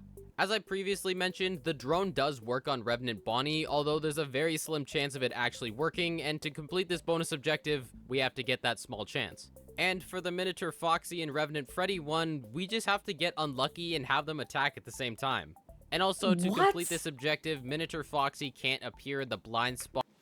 Alright guys, day 500 of wearing Beetle on my head until I get a collab with Nero and Beetle. Alright, day number 501. Alright, day number 502. Tux, thank you for the follow, and Mondo, thank you for the follow. In the temporary aisle, he has to be at the promotional area. Dude, there's this one guy's post that I'm seeing every day. It's it's the stupidest shit I've ever seen in my life. It's buying a Jersey Mike's sub sandwich every day until Jersey Mike buys me a Lamborghini. Bro, what? Just tell me you want to eat Subway sandwiches every day. That's never happening. Ever. The other 2 objectives, complete night 2 with a lacking efficiency level and complete night 2 going past 6 AM, as I mentioned, can be completed by just sucking complete and total ass at this game. To get a lacking efficiency level, we just need to do our drone tasks really slow. And to complete night 2 going past 6 AM, we need to reach 6 AM in the night, but not have all of our drone tasks done. So as long as we just take a really long time to finish our drone tasks, we can easily complete both of these bonus objectives. So overall, I'd like to say that night 2 wasn't that bad, but it's just completely RNG based. If we get a bad combination of animatronics, say for example Miniature Foxy and Revenant Bonnie, we're just dead. The time it takes for us to move to each room just takes way too long because of the animation that we just end up dying. After enough attempts, I completely knew how to get rid of every single animatronic, and the problem was just getting lucky enough to not instantly die because of something stupid. So just for a bit of backstory, I wasn't recording for like the first 45 minutes of my initial attempts of this night. So here's me finally figuring out that I wasn't recording. I wasn't recording that whole time. Oh my god. My collab with Vito would be getting a neuro mask and then hopping in a video call with, oh my god.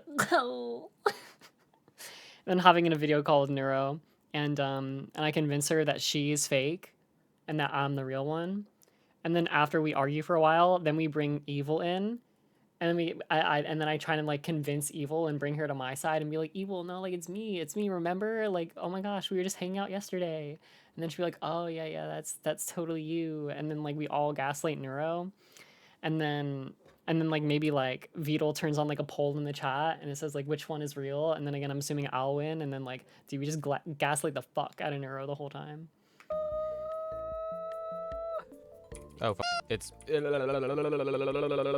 Go back, you slow walking piece of shit! Bro, Come on, Neuro needs to be tortured a little bit. Evil had her whole birthday thing.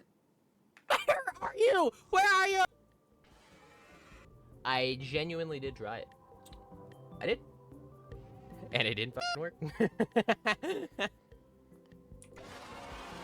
My real question is how the fuck this many bitches are haunted.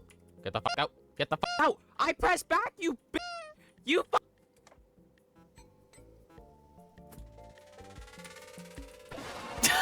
Why, right? Bro just swallowed the plane.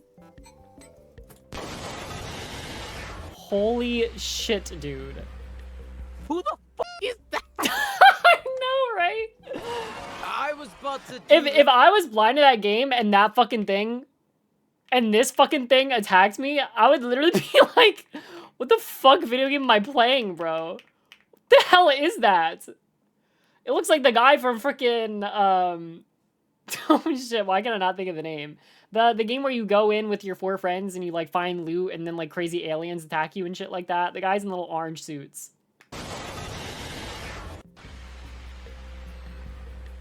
Who the fuck is that? I was about Lethal to do Company, that. Lethal Company. I can't go that fast because my junky ass can't walk that fast. I just waddle my way. Like, how are you walking? It looks like this was your first time. The walk is insane. It's like, buddy, do you know where the fuck you are? Coming in this fucking room. Oh, he's coming in the room. Yes, dude. Oh my god, there was so much stuff in that night. I hate it, bro. We're redoing this because I want all 3. See, now we got a serious problem. Where the fuck were you? Have you guys ever had to like walk all the way Oh, downstairs oh, or like a eat my- long distance to go get like toilet paper because Eat there my- wasn't any when eat you took my a poop? balls.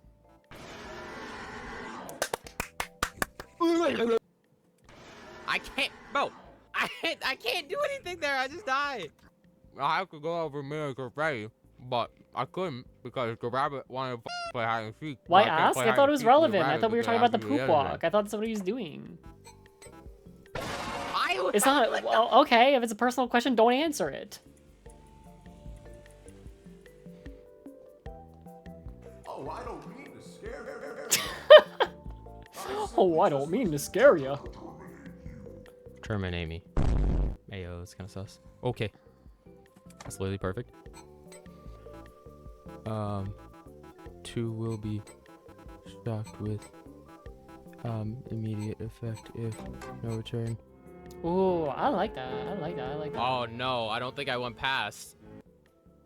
Yep. No, it wasn't. Oh fuck. Why you Bro, I don't have time Why, for this hello silly goofy there. bullshit. He kind of sounds like Goofy. I don't have bit. time for the party. Yuck. Is it Why, 6? hello there. Yuck.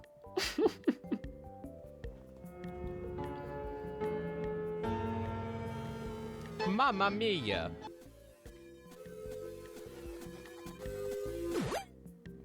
Yeah, let's go. So, but there we go. All stars. Baba booey.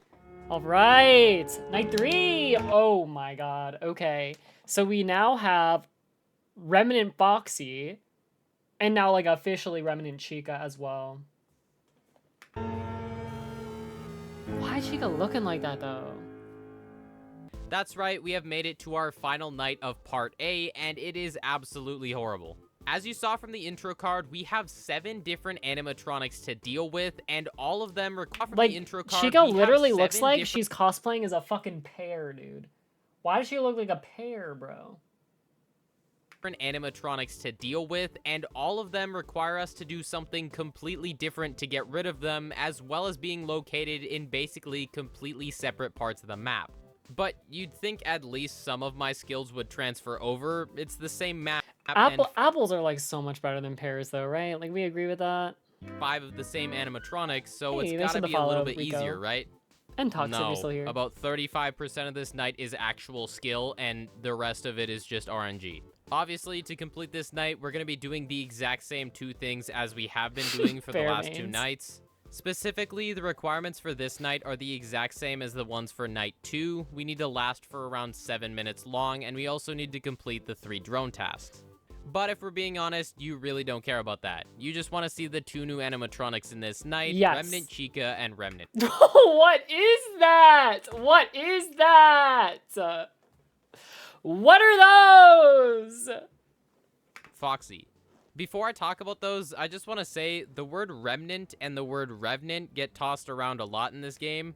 For some reason, Freddy and Bonnie are called Revenant, and Chica and Foxy are called Remnant. I don't know. I feel like it's probably because the guy that made this game isn't a native English speaker, right? So yeah, let's talk about Remnant Chica. Functionality-wise, Remnant Chica is actually one of the easiest animatronics to deal with. Literally, the only reason Just why give her she's a one of the kiss. more difficult animatronics to deal with is because of where she gets spawned on the map. Technically, she spawns in the construction area, but not the place that we're used to going to. She actually spawns past that room in the hole, and we have to press W from that room to actually get there. So yeah, it takes a long time to get over there and a long time to get back, and God forbid we get caught in the corner with our pants down and someone like Revenant Bonnie shows up, we're just dead. So great, we know where she spawns, but Yeah, you what are check we the even supposed hole, to do? yeah. First off, we need to listen out for this robotic voice sound effect. Lighting alteration detected at construction area. And That's Chica? once we've heard that, we can then head over to the hole, and we need to wait there until Yo, when's the last time you checking your holes, chat? Make sure you check your holes. we see this yellow flashing light. And once we've seen that yellow light, all we have to do is head back to the aisle end and use a decoy drone targeting Revenant Chica. Like I said, she's really easy to deal with. The only issue is she's so far away. The other animatronic in this night, Remnant Foxy, also spawns in the exact same place as Remnant Chica. Once we hear this sound effect, we now know Remnant Foxy has spawned over noises in are the really construction area in the hole where we saw the yellow blinking light. And to get rid of him, it's as simple as just going to the aisle end and using a decoy drone to lure him away. But this is not the only place he can spawn. He can also spawn directly at the aisle end. When he does this, he'll play this sound effect. I'm so scared and afraid. I think this is a problem. And then walk towards us like a weird, creepy toddler at the playground. When this happens, the game instructs us to open up I think our he's got the lights poopy butt module by syndrome. clicking the bottom right of the screen. Yep, there's another thing we have to pull up. And after we've done that, we're told to switch between the 3 lighting settings by pressing each individual button. And that's it. We're just supposed to press buttons and hope he goes away. Unless... Okay. Oh, okay, I get it. Foxy is prone to seizures, so we mess with the lights to induce a seizure, and then he dies. Are All you jokes aside, serious? this whole light module thing just makes no sense. Like, sure, Remnant Foxy... See, bro, yeah, he definitely got stanky ass breath, man. is not hard to get rid of. He spawns in the area where we spend the most time, and all we have to do is open up a thing. Did you guys ever have like a strobe light when you were younger? Those things were so cool. I haven't seen one in forever. Dude, I want to get a strobe light. I want to get a freaking strobe light for real, for real. Thingy to press buttons. Thanks, But why Coxa. not just tell me which button I'm supposed to press and why, instead of just having me guess randomly and clicking buttons for no reason? My guess is that's the genuine idea. One of the light settings makes him disappear, and we just have to randomly guess which one. And Oh, because they gave people seizures. That's why they stopped.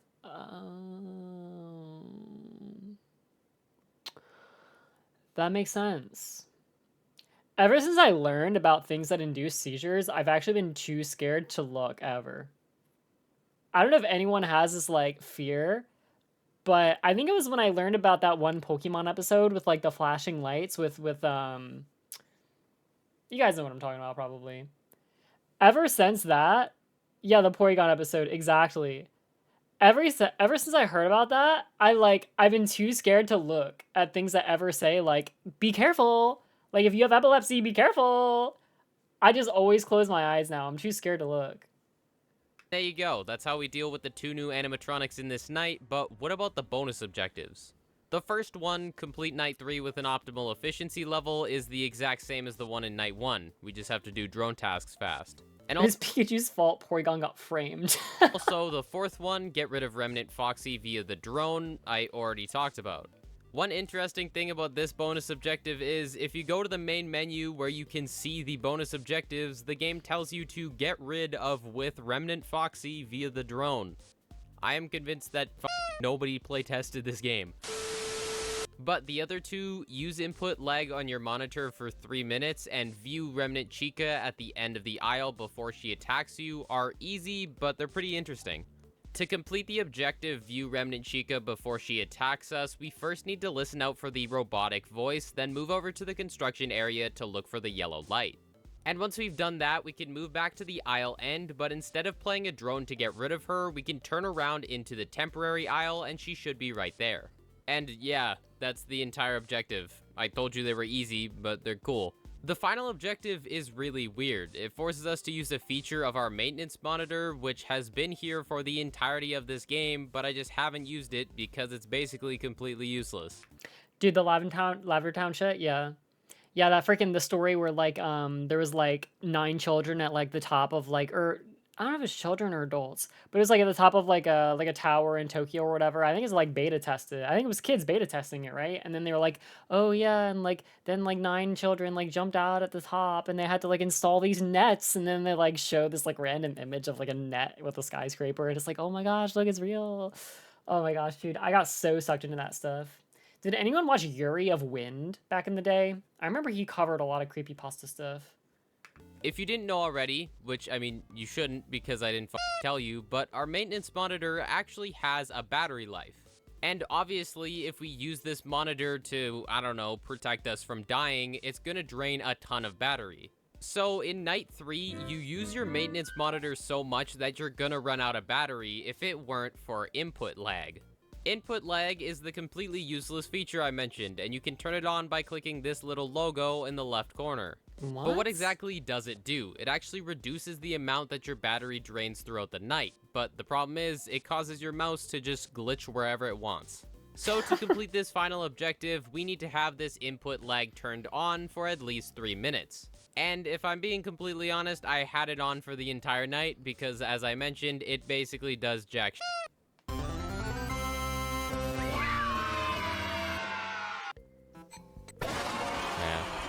Yeah. Yeah, let's play Suck My Balls. Let's play Suck My Balls. Let's play Suck My Balls. Let's play Suck My Balls. My Oh, I don't mean to scare you. I just wish the drone is gonna work, trust me. Never mind. He just tried to deploy the drone in front of Foxy. Okay, so that's a good thing to know. Look at Freddy's chin, bro. God damn. Those look like a Minecraft art block. Yeah. Who am I dead to, Chica?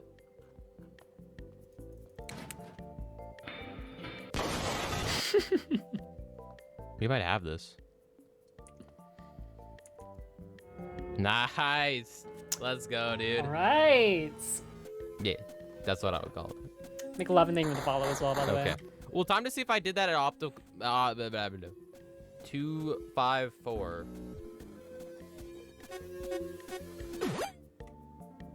After that, during the home segment, there's a secret minigame we can play called Fun with Freddy 2. Basically, Fun we have with to survive Freddy. for 90 seconds, and we're given a flashlight. We need to flash the flashlight down the hallway to see how close Freddy is to us, and when he gets too Ooh. close, we need to shock him. This minigame is I like actually way that. more complex than that, but I don't feel like explaining it, so here's some moments from that. Oh. Is that not literally the Tom and Jerry noise? I'm not going crazy, right? Oh. I swear to God it That is. looked pretty close to me.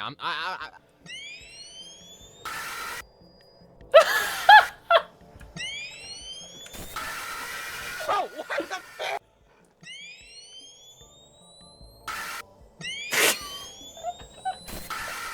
Why does it get cut off like that? Why? Why? Why?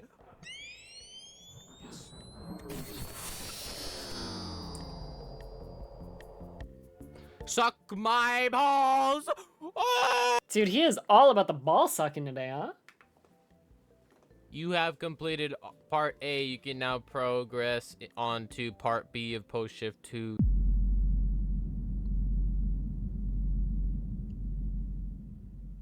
Part B of this game is where the true difficulty of this game actually shows up.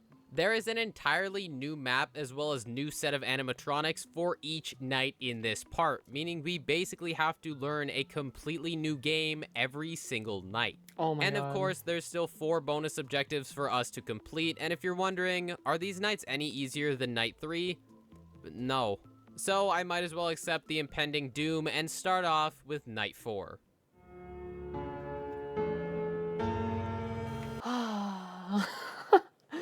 Okay, Minotaur Puppet, Minotaur Balloon Boy, Minotaurinas, Minotaur Freddy, Reverend Balloon Boy, Minotaur Ballora, Reverend Puppet, Minotaur Baby. Obviously, I'm going to start off this night by explaining the map that we're in, but I'm not going to go into as much detail as I did for Aisle 1 because we're only in this map for one night. On the screen right now, you can see the entire map for the Minotaur containment area. It's obviously not as big as Aisle 1, but that's because we're only using it for one night. In this main room right here, we have a direct view of the Remnant Puppet vicinity monitor, and we can also access the simulation monitors. Turning to the right, we have this basically useless spot right here, and turning even more to the right, we have a view of Remnant Balloon Boy. Fun fact, we actually spend most of our time sitting at this view instead of the main view, but that's for reasons I'll mention in a bit. Returning back to the main view, we can also press E to see a blind spot underneath the desk, and we can also press W to move up to the observation deck. After probably the longest animation in this entire game, we've made it to the observation deck where we can look at this main view or turn around to look at a box. So that is the entire map. A lot of it is just turning around, but the animation it takes for us to climb up a whole ladder makes up for the lack of moving. Now, I'm looking at this timer. There's like an hour of video left, and I have like an hour left to stream. I'm not gonna have enough time for this. Bruh. Fuck me, dude.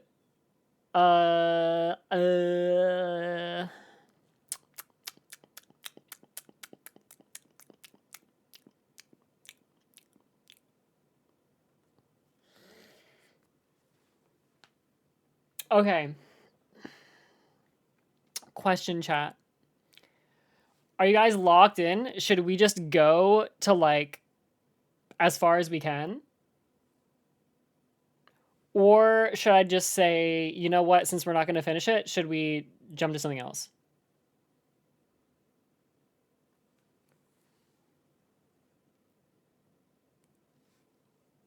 Fuck we ball, I'm locked in. Something else?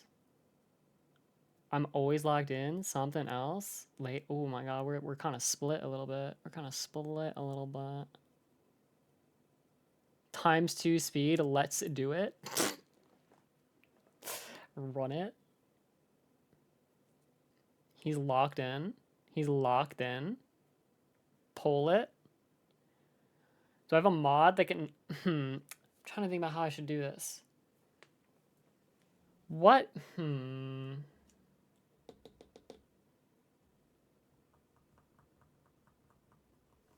How do I create optimal enjoyment for the viewers?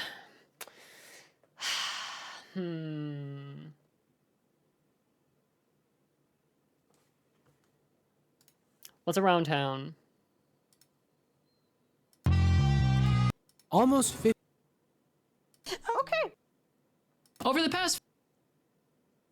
I have so many different videos. This is a fucking... I'm never gonna watch this. This is 4 hours long? It's like the same thing for the FNAF thing. Why do I honestly think I'm ever gonna watch this? How am I ever gonna watch that? There's no way I'm gonna watch that. Am I gonna watch that? Maybe I will. I don't know. That's crazy.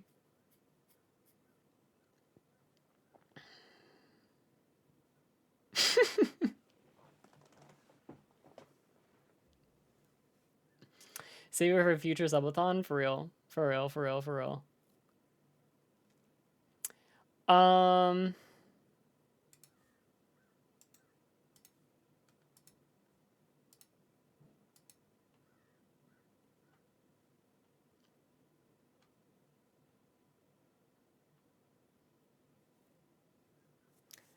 I feel like I should not do... I don't want to react to freaking FNAF stuff for a million years. So I feel like I should definitely finish with FNAF stuff today.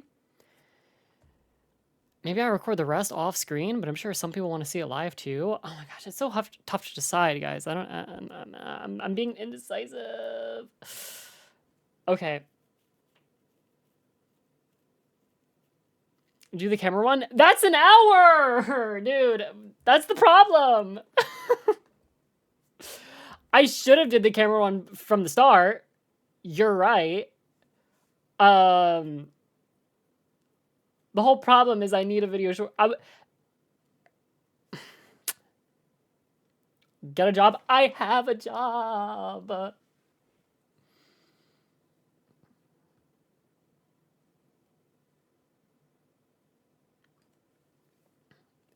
End stream and start another one. Yeah, if I end stream and start another stream, then it like resets and I can keep then I can start stream, or I can like keep streaming for another 3 hours. Oh, I got a job. I'm so sorry. Oh my gosh, congratulations. That's amazing. I'm so sorry, my friend. I'm so sorry. Okay. Hello, everybody. So chat, I gotta figure out what I'm gonna do with this. I'm not sure. I want us to finish this. I don't know if I'm gonna record it off stream or do it another day. I feel like I gotta like do it for like, I don't know, like a bonus stream or something. Next Monday for real? This I can at least just watch all of it right now. And this is one that I've been quite interested in watching too. Alright, chat. Sorry for banging you all around. Let me just update like my YouTube title or whatever. Let me do this right.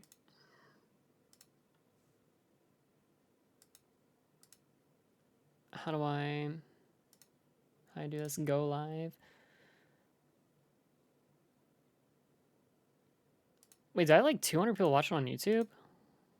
It's actually crazy. Wait, how do I get in here?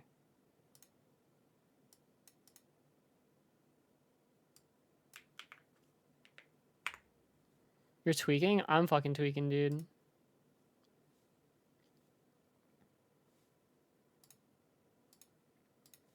I can't believe I ran. I thought I like scheduled my time good enough.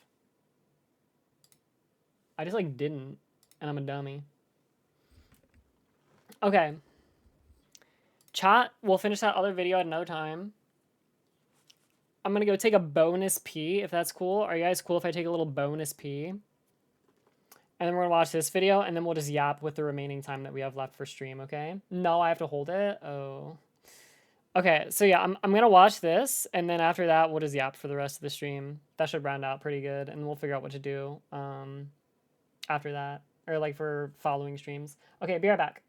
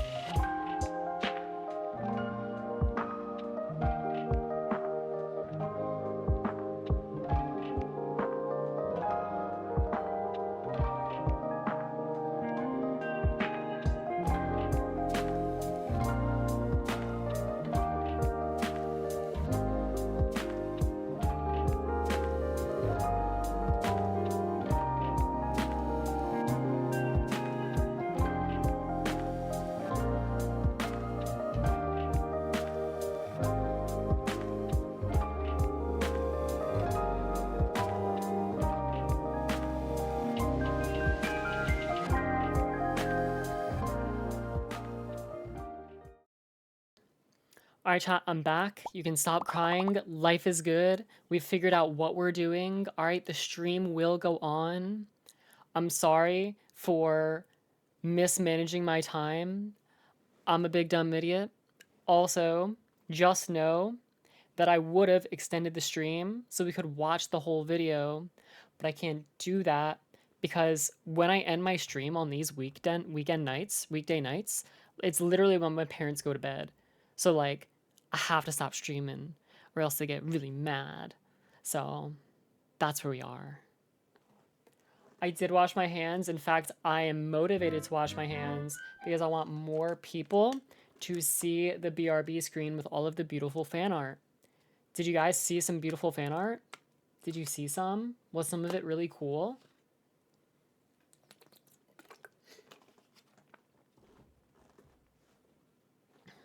Good.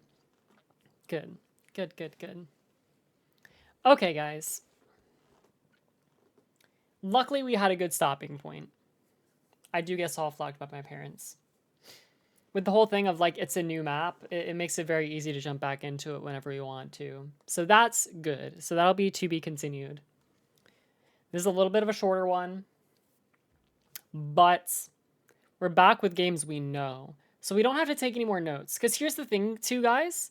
That was like FNAF, you know, you're like studying to get a master's degree in FNAF when you're watching that other video. This one, very simple and easy.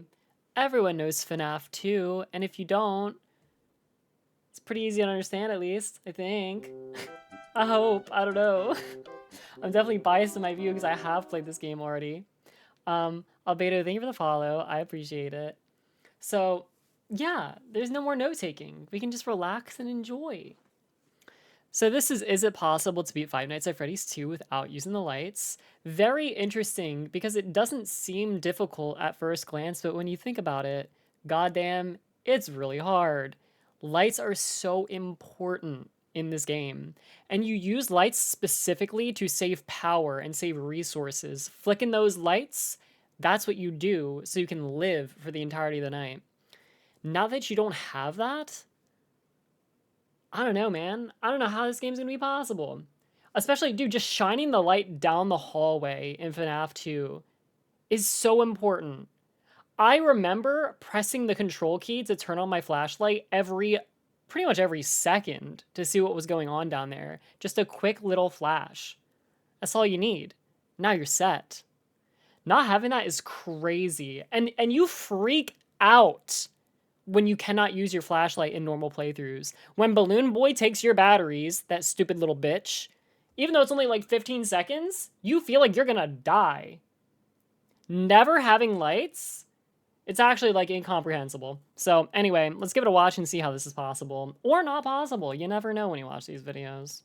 Hello everybody, welcome back to another video, and in today's video What? Hello? Hello, is this the Chikeninja? Yeah? Wait, who are you? It's me, Mappet from the game Theory. Okay, how did you get my phone number and why are you calling me? Because Chikeninja, the people want FNAF 2 without using the lights. What? I'm not gonna do that. Listen, you have to do it or else. Or else what? You're not gonna do anything. Or else I will make a game theory on why you get absolutely no.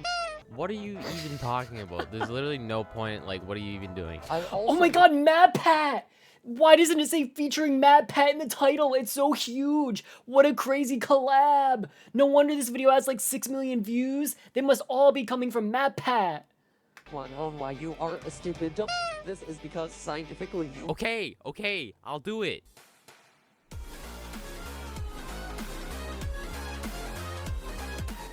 That's right, ladies and gentlemen, I escaped the insane asylum that they tried to put me in. And I'm back with a vengeance to kill some quirky animatronics without raising my electrical bill. That's right, we're of course beating Five Nights at Freddy's 2 without using the lights. Right now, you're probably thinking to yourself, only a madman would attempt this challenge. And you're right. As you can guess, the rules for this challenge are pretty simple. We're gonna attempt to beat the entirety of Five Nights at Freddy's 2 without using any lights. What exactly counts as using a light? I'm not telling you. That's for later in the video. So without further ado... It is funny too, because when I was yapping at the start of this video trying to preface it, I was like, there's like a lot, like lights are kind of weird in FNAF 2. Like lights for one, it's like you know what it is. This one, it is going to be quite strange, so I'm curious. Let's just get straight into the challenge. But before we can actually start, I'm going to do a quick gameplay explanation. Again, if you've already played this game or you've seen somebody else play it, then you can skip to the timestamp on screen. But if you feel like being nice and, you know, maybe giving me some extra watch time, or you have absolutely no idea what's going on, listen up because I'm gonna explain it. So, believe it or not, Five Nights at Freddy's 2 is a lot like Five Nights at Freddy's 1. Nice. You play as a security guard for a pizzeria. Your job is to survive from 12 to 6 a.m., which is 6 minutes and 48 seconds in real time. And to do this, you need to protect yourself from the massive amount of animatronics trying to kill you. Much like the first game, you have a camera system which you can use to keep track of all the animatronics. Is FNAF 1 and 2, is that like the biggest jump in terms of like animatronics, like the amount of new guests that appear? Because man, I remember I was scared to even start playing FNAF 2 because of how overwhelming it felt with all of the new cast of characters. It just felt like how do you manage it, you know what I mean? Right here, like again, how are you going to live not using a flashlight here? I just don't get it. But what you might have noticed is that this time we do not have any doors. Luckily, we are given... Dude, seeing that little fuck run down, dude, the fucking line in the first game. I think it's my favorite, like, I guess I'll just say animation of all FNAF games. Seeing Foxy run through the hallway on FNAF 1, it gets me every time. Two things to help us survive, the first thing being a Freddy Fazbear mask. This mask can be used to fool the animatronics that get into our room into thinking that we are an animatronic, which will make them leave. And the next thing is a flashlight, which we're obviously going to talk about later. A lot of the animatronics have very specific ways to get rid of them, but I'm going to talk about those later when they're actually relevant. The one thing I'm going to talk about now, though, is the music box. The music box is used to keep one of the animatronics tame. That animatronic is the marionette.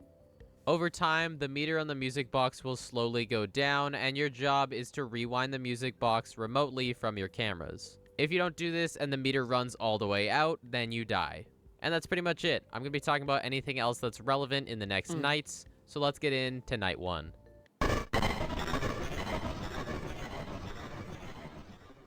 That's right, guess what we get to do in night 1? Absolutely nothing. I even attempted to get into his office. Now, from what we know, that should be... On night 1 from 12 to 2 a.m., no animatronic is allowed to move. And to make this even better, the meter on the music box won't actually go down. So there is literally nothing that we have to worry about. I somehow never realized this when I was playing. Same like with FNAF 3. That's crazy. So what am I gonna do during the downtime between 12? I wonder what the percentage chances of dying in night 1 for FNAF 1. Like if you don't touch anything, what percentage chance you have of dying? I'm curious. Juju, thank you for the follow. Welcome. The 2, I'm gonna tell you about today's sponsor. I'm kidding. What I'm actually gonna do is I'm gonna quickly explain the AI of this game and how animatronics move. I'm not gonna go as in-depth as I did in my first video, so if you want to see an in-depth analysis on the AI, go check out my first video that I did. Alright, to start off the night, every single animatronic is given an AI difficulty. This number ranges from 1 to 20 and will change throughout the night, but that doesn't really matter. Every few seconds, there's a chance for any of the animatronics to move. Once the movement opportunity has occurred, the game's gonna choose a random number between 1 and 20. Then they'll compare this number to your AI difficulty, and if the AI difficulty is greater than or equal to the randomly generated number, then the animatronic is going to move. Easy peasy. If not, they're going to stay where they are, and they're going to contemplate their life choices. I love that look. And that's as easy as I can explain it. During this night, there are 3 different animatronics that we have to worry about. Toy Freddy, Toy Chica, and Toy Bonnie. Usually, during a regular playthrough, you can use all 3 different types of lights to track these animatronics. The first light you can use is your flashlight. You shine this light down the hallway in front of you to see any incoming animatronics. Almost every single animatronic will appear in the hallway, but only 2 will actually come through the hallway. Those 2 being Toy Freddy and Withered Freddy. The rest of them are going to go to the adjacent party rooms and go into one of the vents. If an animatronic is in one of these party rooms, you can open up your camera system and use the camera lights to see if they're actually in there. This is super useful because it allows you to actually see where the animatronics are. If you don't use this, then there's pretty much no use to the cameras because you can't see anything. The third and final light are the vent lights. These are used to see if an animatronic is actually ready to kill you. These are a lot like the door lights in FNAF 1. They tell you if an animatronic is ready to attack or not, and if they are, then you just put on your mask and then they'll leave. So in terms of what lights we're going to be using for night 1, none of them. Like I said, the only active animatronics in this night are Toy Freddy, Toy Bonnie, and Toy Chica. All of these animatronics can be dealt with by using the Freddy mask, so all I'm gonna do is switch between winding up the music box and putting on my Freddy mask, I love when and Bonnie that's pretty much it. when you have the mask. There's a lot on, of dude. things that I tried out specifically for this challenge, but they become more relevant in later nights, so I'm gonna talk about them then. And other than that, I don't have much to say about this night. It's really just me sitting in my mask until I have to wind up the music box, and that's it. Hey, did you... Okay, buddy, Trailblazer Reddit misses you. It's unfortunate. I don't have new pics of her to post on there. If only I was, you know, allowed to post, like, my ka-ching pictures or something like that, but that Reddit's a little bit too tough on me. See the intro card? Now we have 3 more animatronics to deal with. There's 2 really big changes in this challenge during this night, and the first one's pretty obvious. It's this piece of shit. Oh my god. If you didn't know already, Withered Foxy is the only animatronic in the entire game that can't be fooled by the mask. Yeah. You want to know how to get rid of him? The freaking flashlight. Exactly! So how do you deal with it? Light.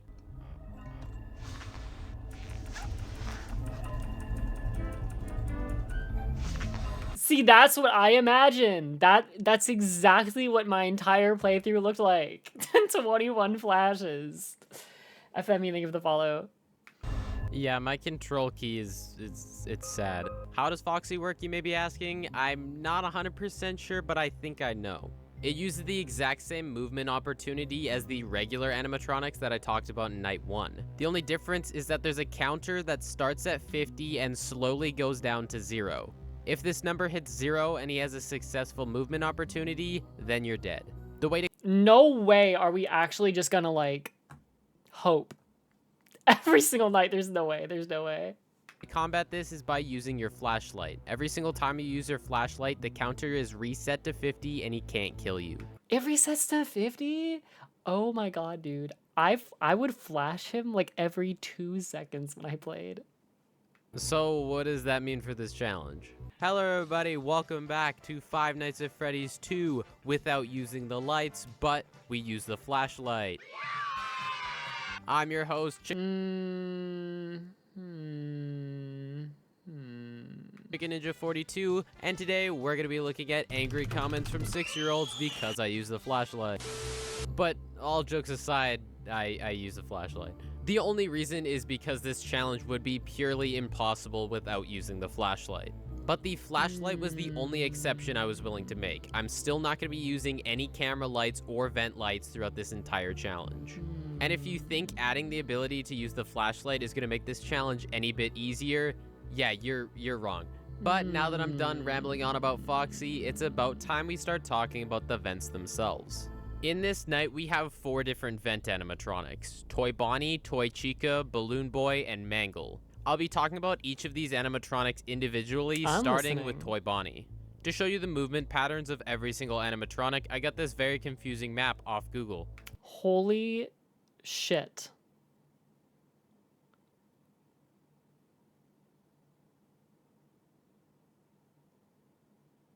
Sorry, I'm just, like, actually following lines right now.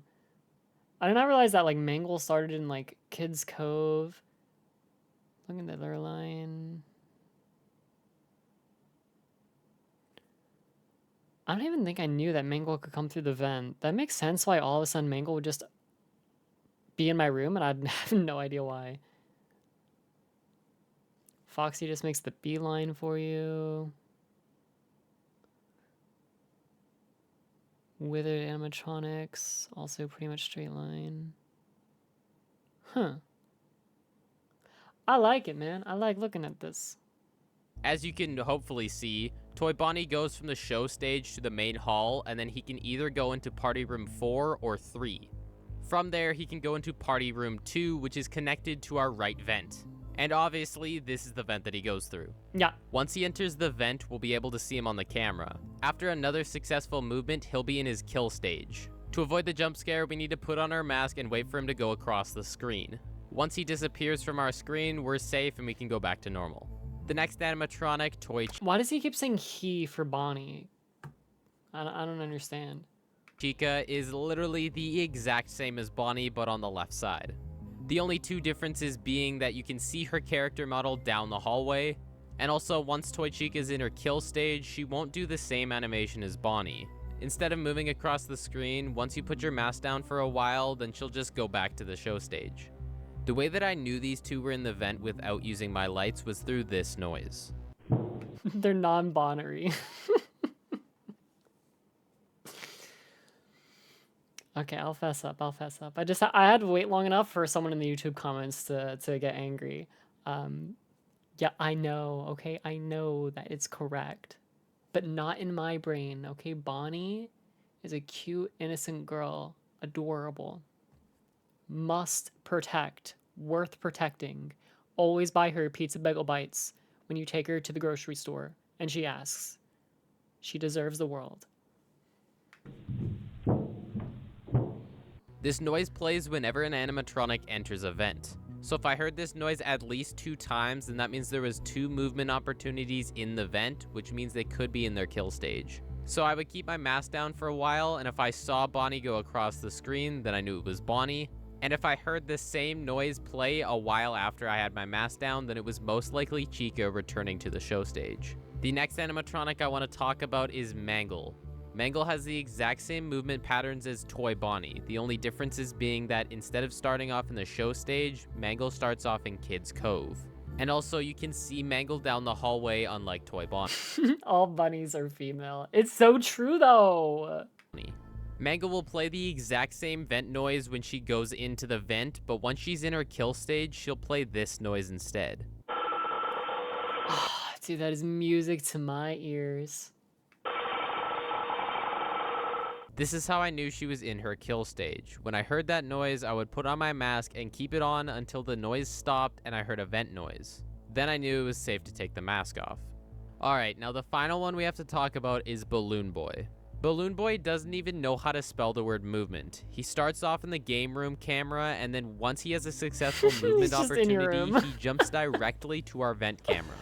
We know he's in the vent once a vent noise plays and one of these 3 sound effects plays. Hi. Hi. Hello. And again, It's the best noises. It's like, oh my god, dude. How can you not love Balloon Boy? after we've heard 2 vent noises and 2 of those sound effects, he's most likely in his quote-unquote kill stage. He can't actually kill us. This is kill stage. See that? Take a look at that kill stage. Real scary, right? He just deactivates our flashlight and assists in our murder. And that's pretty much it. These vent animatronics are the biggest reason why we die in these nights. Since there's 4 different animatronics, all the vent clanging can get really confusing. The other 2 animatronics... Sorry, the vent clanking? Freddy and Foxy, we don't really have to worry about. I'm sorry, I think I got brain rot. Just when I hear clanking, I just... I'm not gonna explain it. AI levels are so low that we barely even see them throughout the night. And there we go. Bada bing, bada boom. That was only night 2. Oh my god. Night 3 is where everything that can go bad does go bad.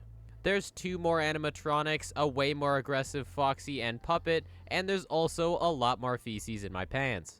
In this night, we of course... Bro, it's night 3. Chill. have to talk about the withered animatronics. We were introduced to withered Foxy last night, but in this night, we're introduced to 3 more. Withered Freddy, withered Bonnie, and withered Chica. I'm not going to be explaining the movement patterns anymore because they're all really simple. They all start off in parts and service. Withered Freddy's gonna get into our room through the hallway, Withered Bonnie's gonna get in through the left vent, and Withered Chica's gonna get in through the right vent. Basically, Withered Freddy works the exact same as Toy Freddy, and Withered Chica and Withered Bonnie switch vents compared to Toy Chica and Toy Bonnie. That's how they get to our room to kill us, but we kinda don't want that, so how do we get rid of them? There's gotta be some super cool sound effect that plays only for the Withered animatronics. No. Like I said, Withered Freddy works the exact same as Toy Freddy, so you can see him down the hallway and he'll slowly get closer until he actually enters the room to try and jump scare you. Once he's in the room, you obviously put on the mask, or you at least try to. Bro, what the f was that, bro? God damn it, bro. The worst. For anybody wondering... Dude, FNAF 2 is really rage-inducing, specifically for that. Where if your mouse, you know, gets caught on something, or, like, you just flick the wrong way, and then you eventually do get the mask on, but you already know that you're dead because it was too slow. It's like the worst 3 seconds of your life. What happened there, I was trying to put on the mask, but since I had just put down the camera, the mask button wasn't actually on the screen. So when I tried to flick it down, it wasn't there, and the... As far as I'm aware, there's no keyboard controls. Maybe there's, like, controller control. I don't know. Isn't FNAF on, like, the Switch or something? That's crazy. I don't know, but I only ever use mouse. Button wouldn't load in because my mouse was already on the spot. And that's all Withered Freddy does. He's really easy because he's one of the only animatronics that we can actually see. Whenever we put our camera down, we just want to make sure we put our mask down as well. And if he spawns in our office, then we already have our mask on. And that's definitely not the case for the other 2. Withered Chica and Withered Bonnie are seriously one of the biggest problems in this challenge. Withered Chica and Withered Bonnie work the exact same as Toy Bonnie. Once they're in the vent and they have one more successful movement opportunity, they'll be in their kill phase. One more movement after that and they'll automatically be in our room. If our camera's up while they come into our room, the camera will automatically close and we'll be forced to put on our mask. Glad you could make it to the If we don't put on the mask in time, well, you know. One thing I learned is that you can't actually take off your mask during this animation. Knowing this, whenever one of them came into my room, I would put on my mask and hold my mouse over top of the mask button. This meant that the game knew I wanted to take off my mask but wouldn't let me, so right when I'm able to, it takes it off for me. Now, explaining all of this, it sounds really easy, and it would be if it weren't for the one thing I mentioned earlier. Unlike Balloon Boy and Mangled, there's no specific sounds when these 2 enter my vent.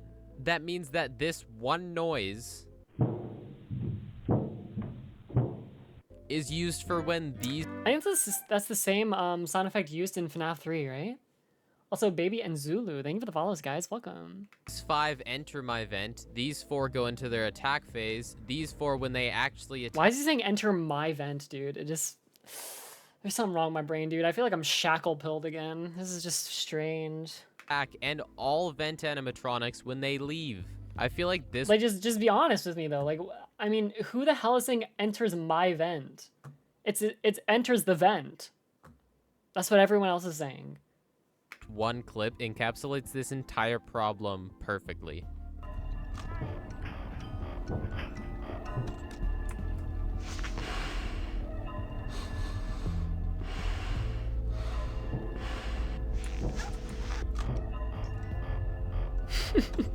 I love the gameplay of FNAF 2, man.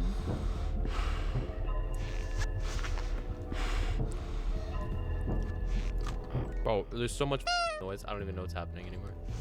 In the span of 25 seconds, there were 4 different vent noises that played, and just to remind you, it could be this many noises. So to say that this night was extremely easy would be stupid, and if you say that, I'll slap you. But I don't want to make this seem like a very big deal because we have a lot more nights left. I'm not even gonna lie, I feel like I have to go back and look at my own gameplay from FNAF 2. I feel like this is kind of how I played FNAF 2. I don't think I even used the lights. Like you was talking about the vent lights, I don't think I ever even did that, ever. I really don't ever remember using that feature, ever. It was just like, do music box, flash flashlight, put on mask. I would do the lights. Okay, I would do the lights in the vents every single time. But I never did the camera lights, or the camera vents, whatever it's called. Okay, yeah, I definitely did spam lights. That definitely was a part of my sequence. Who does anything else? I don't know. Do you feel like he's gaslighting us a little bit then? He's like, oh yeah, I mean, I'm using the flashlight, but like, I'm still not using the vent lights. I didn't even know that was a thing. I feel like nobody did. Anime fan. Thank you for the follow. We're almost at the end of the week, but night 4 is not easy. If you notice from the intro card, last night the highest AI difficulty an animatronic had was 3, and now we have animatronics up to 7. And it's convenient because the one with the highest difficulty is our biggest problem. I'm of course talking about Withered Foxy.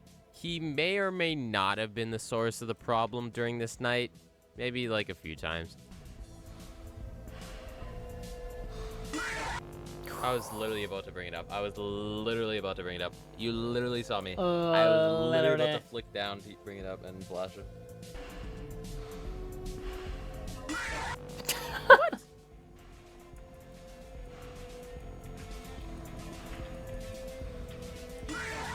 Wow. What am I supposed to do? Wait, I just realized that's the one that people use. Do you guys know the Terraria mod where like there's a 1 out of like 10,000 second chance that you get jump scared by Foxy? I want to play Terraria again with that mod installed. That's the one that they use for the jump scare. Can't do anything. The problem is there's so many vent animatronics that I wanted to be in the mask as much as possible. And obviously when I'm wearing the mask, Withered Foxy is not a big fan of us. This night was looking like it was going to be a massive struggle, but then I found the secret.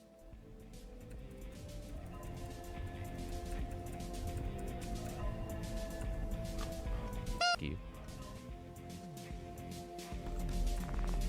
You better be gone if you... Okay, 20. Just to make sure this actually works, I tried it again.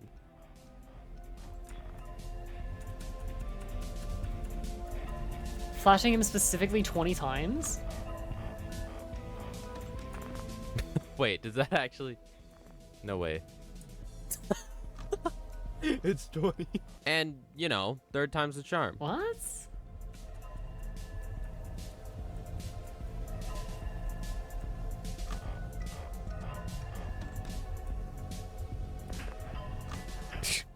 Is he gonna be gone?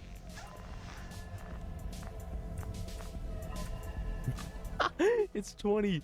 It's 20. That was it. 20 flashlight flashes and Foxy would just disappear. What? And that was one of our problems solved. We couldn't die to Foxy if he was just never there. And the other problem is pretty obvious. We have 5 vent animatronics in this night that pretty much make the exact same noise. Toy Bonnie has the lowest AI difficulty. Dude, I'm shook. That seems so, like, arbitrarily strange. Like, why? Okay, cool. I feel like you don't normally learn that in a playthrough, though, right? Like, that is so strange. Of all of them at a level 1. If we get lucky enough, then he literally won't show up throughout the entire night, and that's what we were hoping for. The next animatronic, Balloon Boy, who has a level of 3, is the bane of my existence. Oh, the music box. Since Withered Foxy has the highest AI difficulty we've seen so far, Balloon Dude, look Boy at that, look at that Since smug Withered fuck. Look at that smug fuck, man. He has the highest AI difficulty we've seen so far. Balloon Boy deactivating my flashlight is literally the worst thing that could happen. Yeah, makes Withered sense. Chica and Withered Bonnie both have an AI difficulty of 4 towards the end of the night, but they're super easy to deal with as long as we put our mask down right when we close the camera. And that, of course, just leaves Mangle with an AI difficulty of 5. With such a high difficulty, you would expect her to be the biggest problem in this night, but she actually wasn't. This is because of what I mentioned earlier. Whenever she's going to attack, she plays a sound effect that is exclusive to only her. So And it's whenever also loud I as heard shit. that sound effect, again, it's this one, Yeah. I would just put my mask on and keep it on until I didn't hear that noise anymore, because that meant she left my vent. That's generally how I would get rid of all those animatronics, but sadly, that's not how it's gonna work anymore. Damn, Mango goes from 1 to 10 Yup, in a single the night. AI is in double digits now. This is where it starts to get real. By now, I've explained everything that I actually wanted to, so during this night, I'm just gonna talk about everything that happened. Think of it as me almost commentating over What's the crazy night. when people decided to decode the Mangle audio? Wait, what?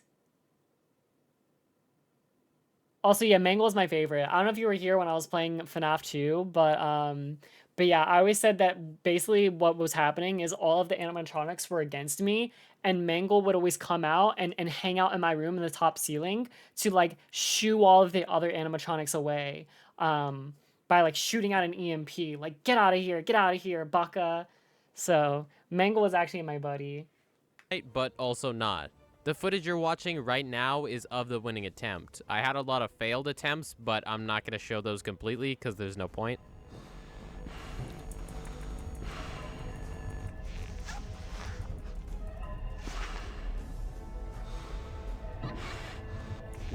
That vent noise you just heard was Balloon Boy. I was assuming that he was just leaving because I had my mask on for such a long time. And let me guess, he's gonna appear. Yep, that noise Oh, wasn't just no. Balloon Boy. All right, now we're back to the actual attempt. You didn't know that audio Mangle plays is like a cop radio responding to an incident. Interesting. To start off the night, I was not going to touch anything apart from winding up the music box until I heard this noise. Wait, oh my god, dude. I know that this is from FNAF 2, don't get me wrong, like, I know that. Somehow the connection never, like, happened, though, that, like, people use this audio in YouTube videos all the time. Like, all the time. I think one of the editors I hired used this before in one of my own videos. This meant that something entered the hallway, and it was presumably Withered Foxy, which meant I had to use the flashlight. For some reason, I, like, didn't connect it was to a FNAF sound in, like, in regular YouTube videos, like when it's not a FNAF video. I don't know why. It's weird.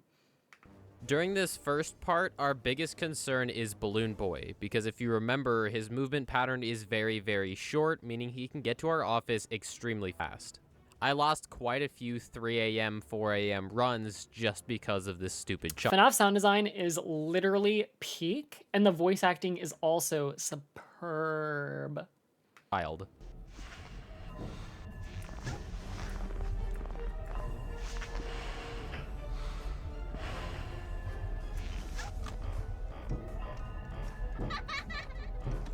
What? Here's that clip again. Balloon Boy was already in his attack phase, and I had my mask down for around 3.5 seconds, which I felt was long enough to have him go away, but obviously it wasn't. Here's another one for good measure. I don't know.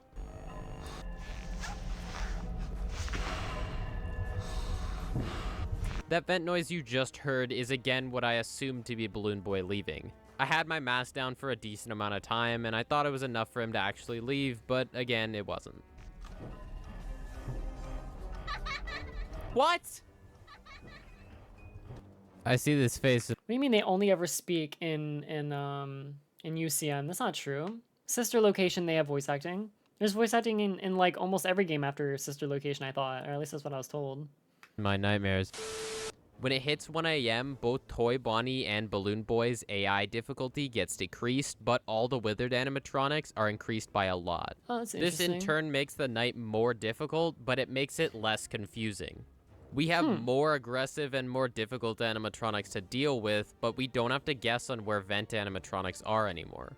The only animatronics with high AI difficulties are Mangle, Withered Chica, and Withered Bonnie. Withered Chica and Okay, yes. Phone guy. Which is really good. Genuinely, like, he's such an icon. Oh my gosh, dude. Phone guy slays. I love him. Withered Bonnie can easily be beaten by putting your mask down right when you put your camera down, and Mangle, again, has her own sound effect.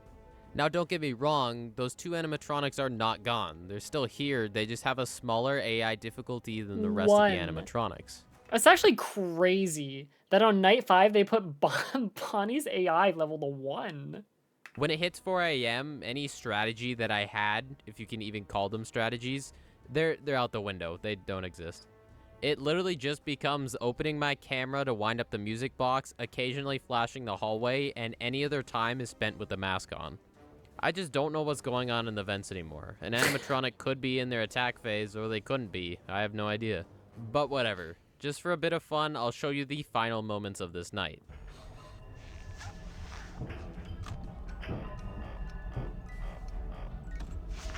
Man, dude, FNAF 2 is so stressful. Take me back, man. Take me back. There's level 1 Bonnie. Level 1 Bonnie. Oh, come on. Oh my god, that is painful. Oh my.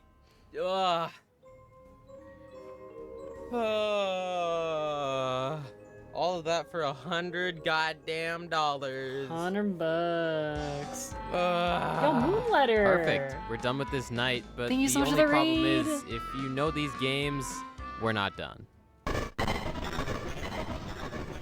Welcome. How was your stream? What did you play? And no, I did not just finish FNAF 2. I just finished Sister Location, actually. And now I'm going back watching, like, random challenge videos at the moment. I've kind of been, like, addicted to that at the moment. So that's sort of been, like, my thing. But thank you for the follow. Throughout both no light challenges in the first game and this game, this night is by far the hardest thing I've ever done. If you saw in the intro card, over half of the animatronics in this night have a double-digit AI difficulty. There is one animatronic that I haven't talked about, and that's because he's basically irrelevant unless you're Matthew Patrick or you're doing the custom night. That animatronic is, of course, Withered Golden Freddy. The way his AI works is extremely confusing, and I don't really want to talk about it, but I'll try. Basically, the most simple way I can explain it, if you're not using your flashlight, he has a chance to appear in the hallway, and once you see him in the hallway, if you use your flashlight too much, he'll kill you. He can also appear in your office. Every 5 seconds, he creates a random number between 0 and 20, and again, if his AI difficulty is greater than that, then he's gonna appear. When you see him in your office... God, don't you still miss MatPat, though? Man.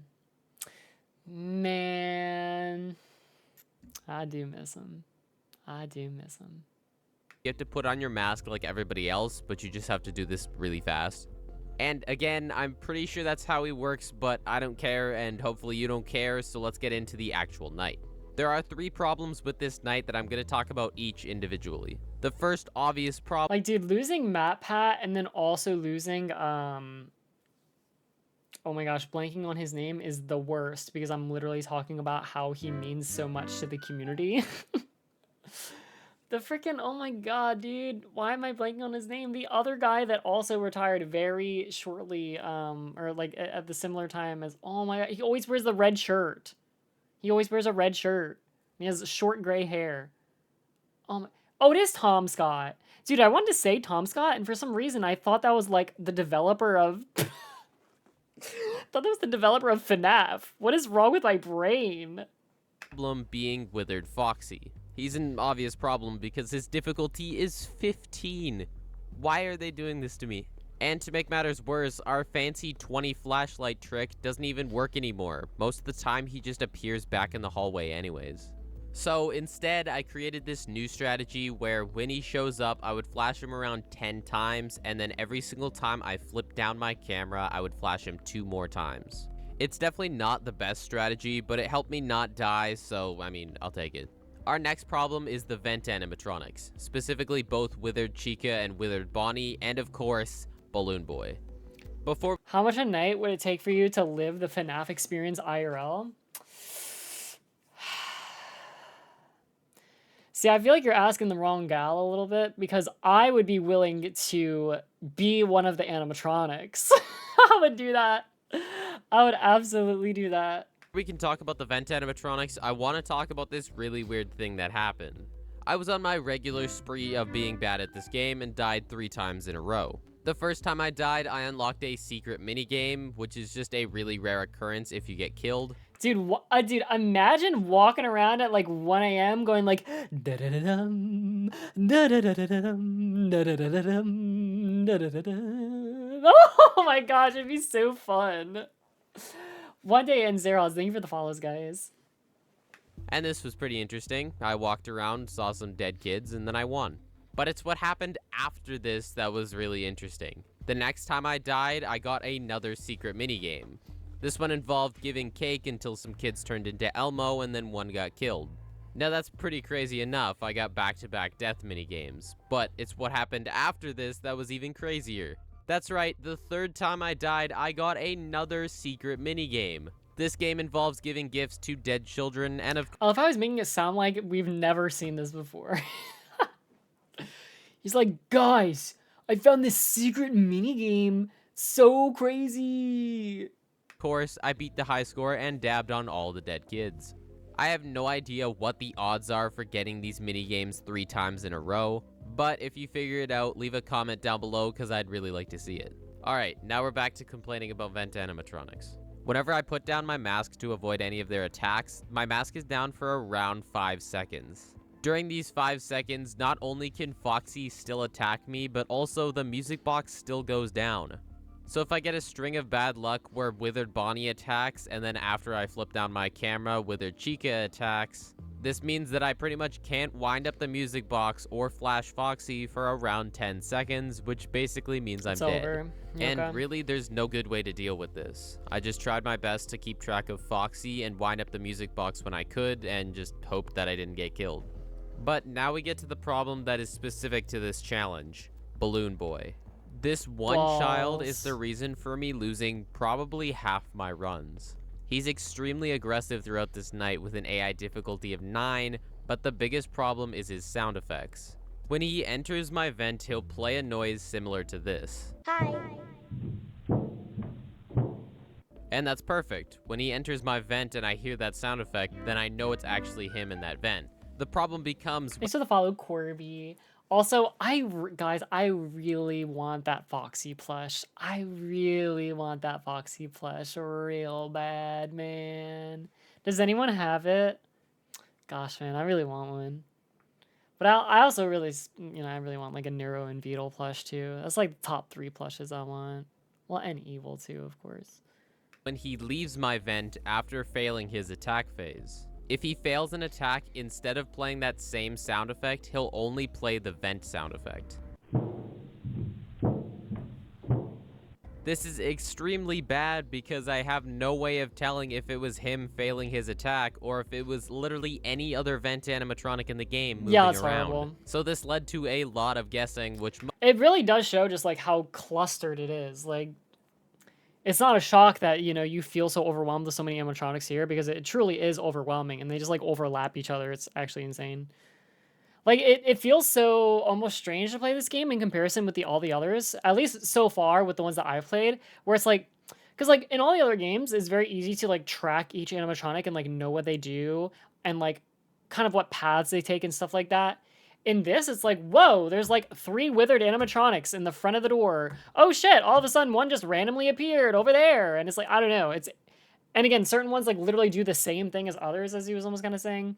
It's strange, man. It's strange. This is such a crazy, hectic FNAF game for sure. Most of the time was very, very wrong.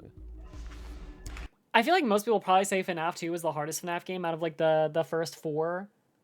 How would you rate the first 4 in terms of difficulty? I feel like... I feel it's probably like 2, 4, 1, 3? Or like 2, 1... Maybe 4, 1... 4, 2, 1, 3... I feel like 3 is definitely the easiest to me. FNAF 1 I actually had the hardest time with. For those of you that do not know, FNAF 1 took me 4 streams to beat. FNAF 2 took me 2 streams, FNAF 3 took me 2 streams, FNAF 4 took me 2 streams, and Sister Location took me 2 streams. So I have double the playtime on FNAF 1. Yeah. That noise you just heard is what I thought to be Balloon Boy leaving, and you'll soon find out it wasn't.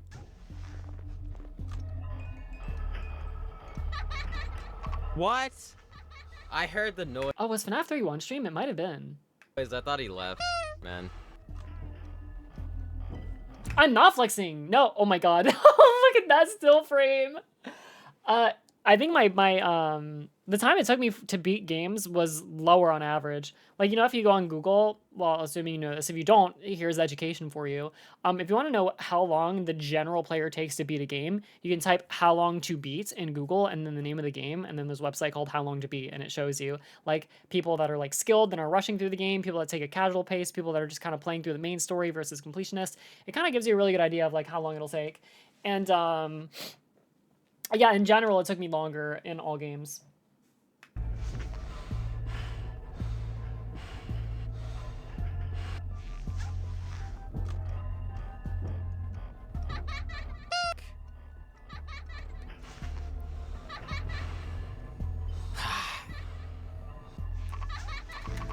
You are such a piece of I re-rigged my model on Thursday, Amadeus.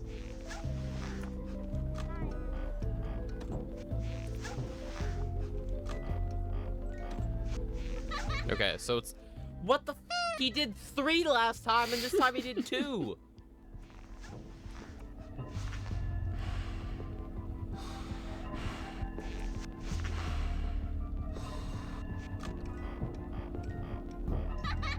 Bro, I had my mask down for so long! Yeah, he is not fun. The third and final problem that I want to talk about is the music box. But he's such a sweet boy. The music box works with the last 2 problems to make this night absolutely terrible. I want to make sure that it's constantly wound up, 5, but since right? it decreases Or no, by we're on so 6. much, Shit, I'm an idiot. and I have to balance this with Oh flashing yeah, because we saw the paycheck, duh. Foxy and keeping my mask on forever, it's really easy to get behind on one of these 3 things, and the problem is any of these can kill me. There were so many times that the music box almost ran out. The main strategy I had was winding it up in quarters. This worked most of the time, but if the meter was really far down, I would try and charge it to at least 1/3. half. Ooh, And that's yeah. all I have to say about this night. It's really just about keeping your mask on for as long as possible and hoping that the animatronics aren't absolutely horrible. And yeah, enjoy the single most stressful 30 seconds of my entire life. Gosh.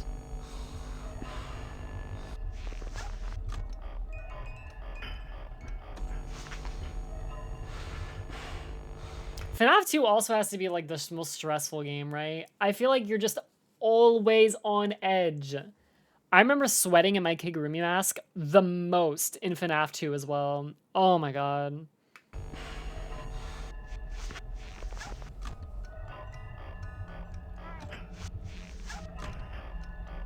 Like, just like, look at this gameplay. It's just like so stressful.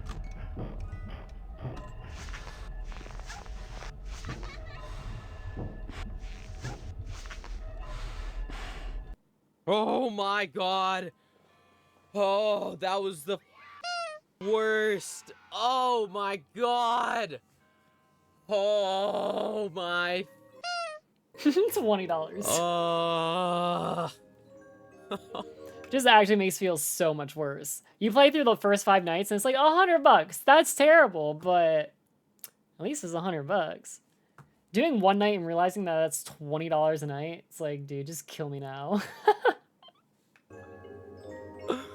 My heart rate is about 100 bajillion. And there we go. Ladies and gentlemen, we have officially completed Five Nights at Freddy's 2 without using the lights a single time. If you do want to see any of these nights in full, I'll be releasing a video later this week which has all of them in it.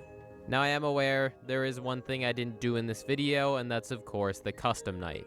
But since this video is already a half an hour long, I'm gonna leave it for a different video. If you do want to see me try and complete the custom night without using the lights, let me know in the comments below, and of course, like the video. You know, actually, you know what I think would be way more interesting? If he did this, but then he turned Foxy's AI value to 1, and then doesn't use the flashlight. Wouldn't that be pretty interesting? I wonder if that would be possible.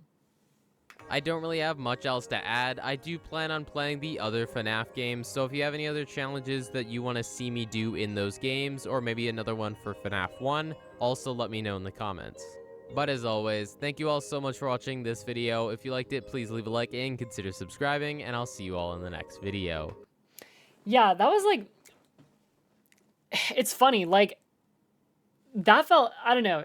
That felt limiting in kind of like just a tough way, right? Like all he really had to do was just like the same thing and kind of just pray that it worked.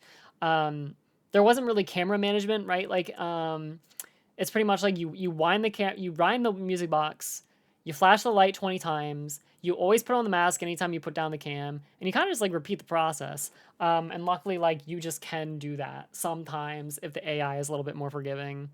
So I don't know. That one, like, while it was fun to watch, the challenge itself kind of like, I don't know, it didn't seem, well, it kind of made sense, right? Because on night 2, it's already like, we have to break challenge rules. It felt like it wasn't like fully made for it. But solid enough, entertaining watch. Also, Pikachu, Jack10, thank you for the follow. I wish there was a cheat thing to turn off Foxy so he actually doesn't use the lights. I know! That's what I also wanted to say too, because that would be very interesting as well. But anyway, let's move over to intermission a little bit. We got a little bit of yapping to do. Let me get the jammers back on too. Chat, that was an interesting streaming experience today. I don't normally mismanage my my time like that and have to stop a reaction / like content idea halfway through, but sometimes that do just be life, man. Sometimes you just gotta live and you learn. I thought I kept my perspective. I thought I had a good perspective on like how much yapping I did, but clearly it was just like not good enough. I didn't even feel like I was talking that much in that first video either, because I was letting him explain so many things. Live and Learn from Sonic Adventure 2. Oh my god, dude. What an amazing song. The opening yap got fun. Good, I'm glad you enjoyed it. And was terrifying for your time management. Yeah, no, like, I don't know. I guess maybe I just expected myself to start the stream a little bit earlier, or like start reacting a bit earlier. Oh, thanks, guys. I know. I always try and be yapping for you guys. I was gonna comment on it, but when we were doing the first reaction video, I was gonna point out and make fun of the fact that like basically like I can just make myself start yapping about anything. I forget exactly what happened in the video, but like he said something about like, maybe it was just like the walk cycle, and it's like now I'm here yapping about walking and pooping for like 10 minutes straight. Do you know what I mean? That's just like that's the way I roll. I think it all started at like a very early age. Chat, like there's this one time there was this girl I had a really big crush on, and turns out she had a crush on me too. So we scheduled a time to hang out for the first time. So I never like we just kind of like saw each other within a distance. So like I didn't really know anything about her, right? Just like we saw each other from afar and we were interested in each other. So then we got our friends to like give each other our numbers and we set up a time to meet up, right? So so we set up a time to meet up, and I remember just being so scared. She was waiting outside of the school on a weekday. That was like the meetup spot. And I remember walking to the school and I saw her like, because it was like a long street all the way to the school, and I saw her waiting at the school. And I was like so nervous and scared. I ran and I hid behind a car for like probably 5 to 10 minutes. Just like trying to think about just like how I can like always keep talking to like keep her like interested and engaged.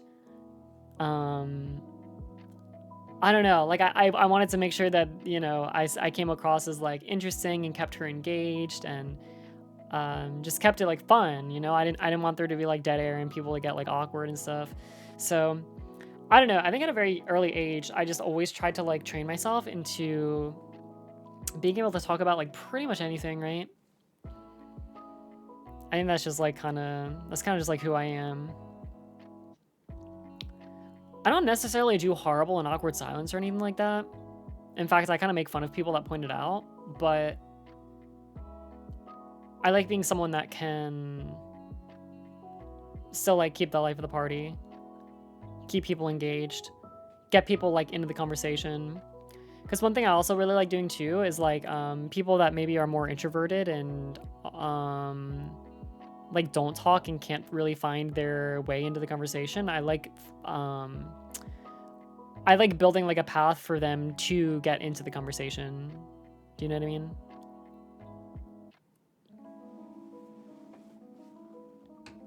So yeah, communication, you know.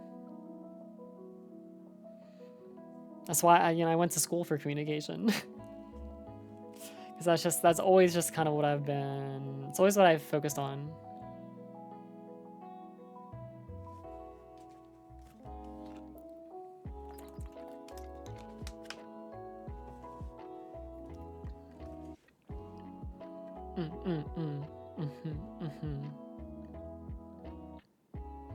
You're welcome. I'm glad my yapping has helped. I'm glad it's turned into a form of entertainment for people online.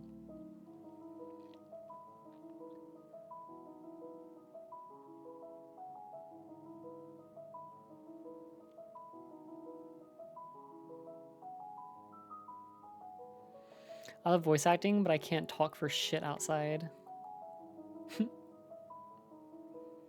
Like I said, I would help. I would help if I was around. I would. I like I said, I just like making sure people are having a good time in a conversation. Yeah.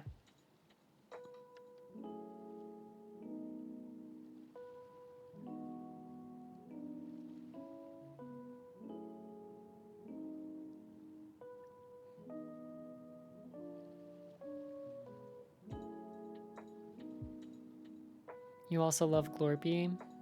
Me too. Me too. Yeah, I don't think there's any real milking going on. We didn't really get too many followers, and we didn't really get many subs today or anything like that, but that's cool. This was a little bit of a stream where we had to do some pivots and figure out exactly how things were gonna go. I had not the best planning today, but that being said, still enjoyed streaming.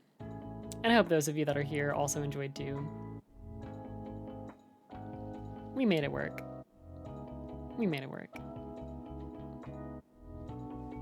Thanks, Nick.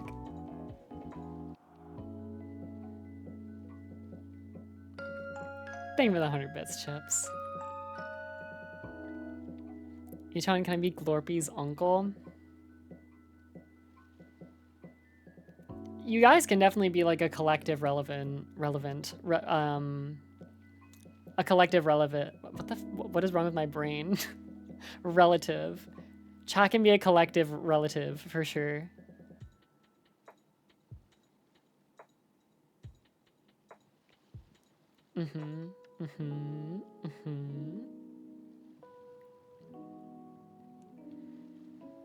Yeah, she'll be grown up with you guys.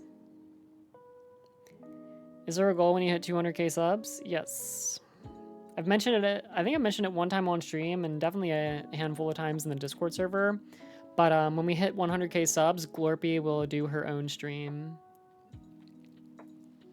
Pretty sure that's what's happening.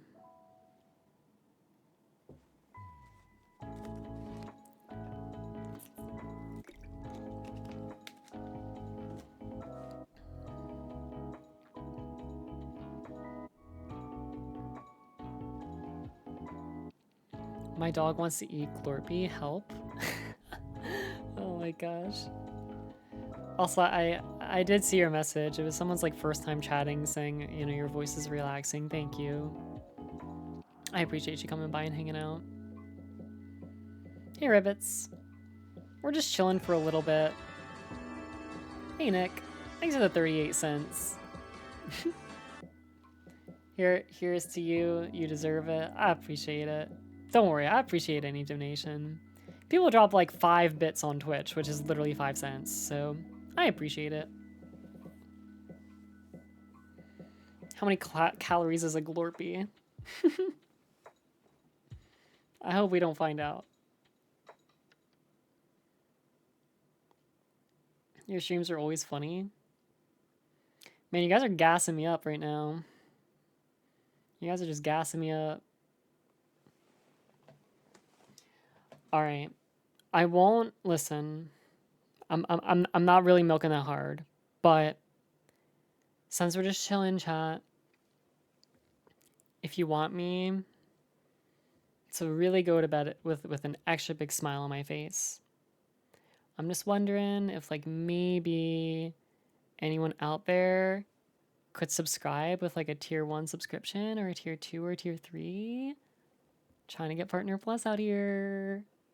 Just saying. Oh gosh, I'm sorry guys. Multiple of you guys are like ready to help and you're already subscribed. Don't worry. Everything is all good. Is that how that works? Yeah. Because if I can get Partner Plus,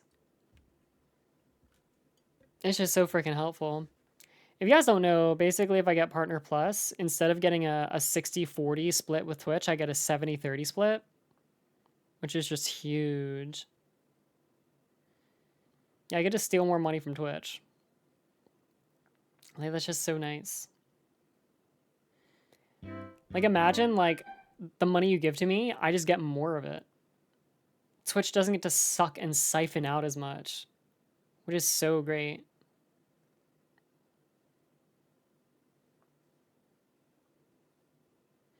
She's breaking the glass ceiling, which means beating the man. I'm an unemployed bastard. Don't worry about it, bro. Hey, at least you're not an unemployed ugly bastard, right? So listen, you gotta take the little W's out there. Also, Ungodly One, thank you for the follow. And Psychanic, thank you. Thank you for the gift sub, man. I appreciate that. I do. Gift subs don't count for Partner Plus, but I still appreciate the gift subs, obviously. Electra, thank you for the follow. I appreciate any support. Again, you guys just hanging out with me even right now. Like, guys, like, the stream is, like, technically over, right? We're just, like, chilling before stream ends. So, the fact that you're still hanging out with me right now is really sweet. Like, thanks. I appreciate that. Jem and Keitel, thank you for the follows, too, guys. That's crazy. I don't know why I just got, like, a small little funnel of follows there, but I appreciate it. I hope you guys are doing good. Can we watch another video? No. I wish. I'm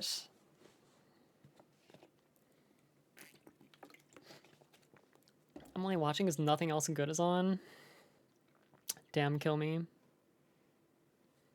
Oh, I just realized all the music ended.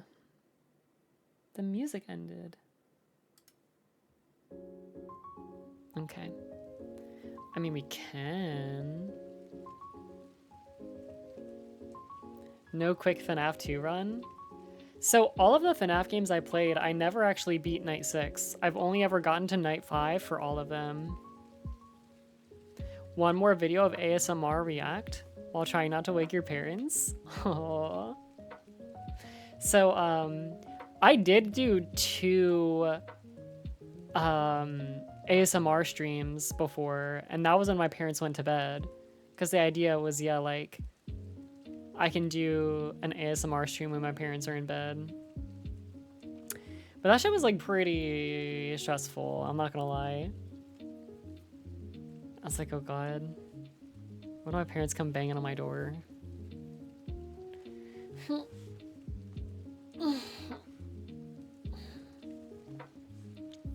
Thank you for Big Stretch. I appreciate it.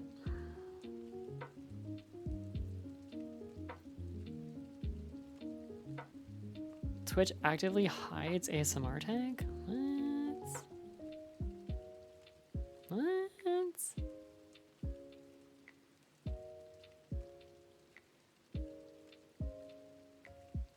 Little drink as well. Little drink, little drink, little drink.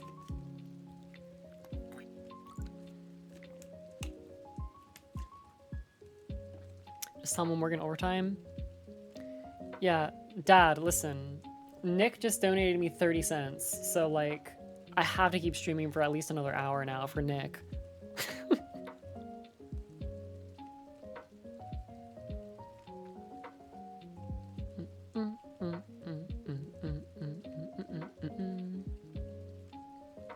That's another 2 hours. Let's go.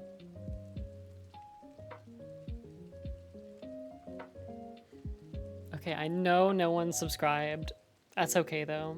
I tried to get that extra partner plus point. I gotta milk people more on Saturdays, because that's when the most amount of people tune in. I have to really milk hard on Saturday. Like, if I wear a really cute outfit, do you think I can milk people more? Like, I don't know. I feel like the answer is no. As weird as that sounds.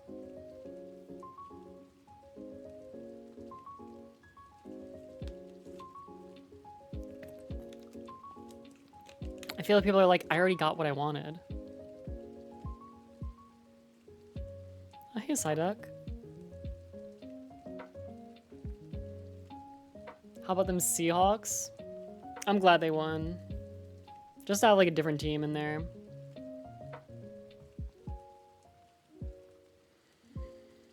Yeah, we're gonna have to get pretty intense with our milking on Saturday.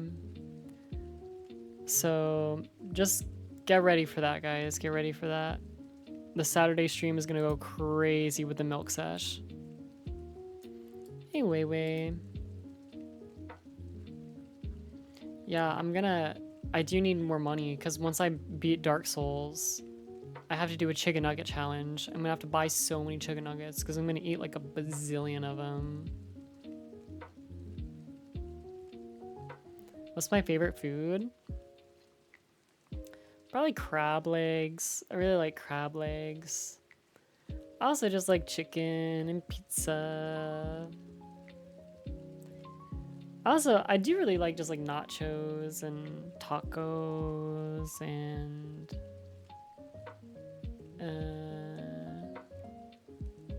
yeah. I like garlic bread a lot. I like cinnamon rolls a lot. Cinnamon rolls are so good.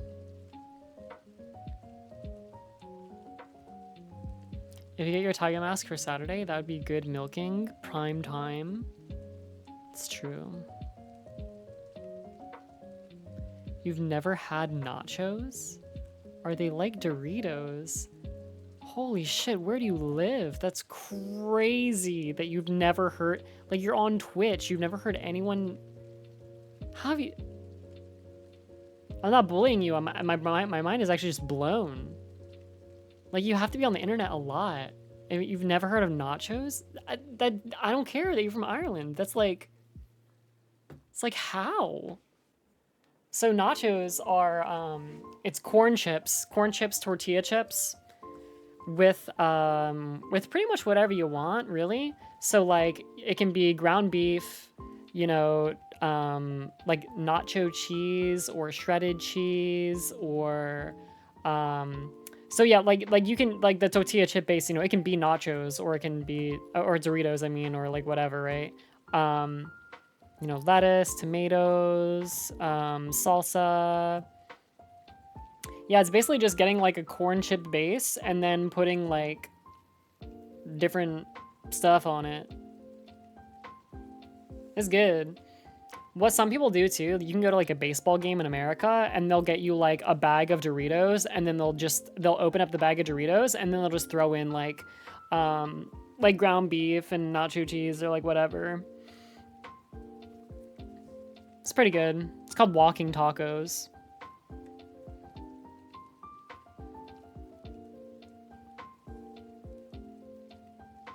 I like black beans, I like white beans. I'm getting into a bean arc a little bit. I'm kind of getting beaned up a little bit because I've heard they're good for me, so I started eating them.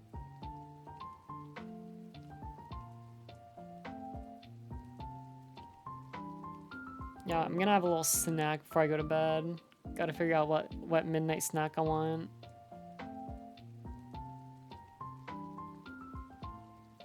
Taco in a bag, yeah.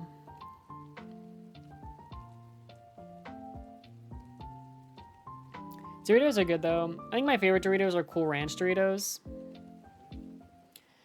I like Cool Ranch Doritos and then I like the spicy nacho Doritos. Those are my two favorite, I think.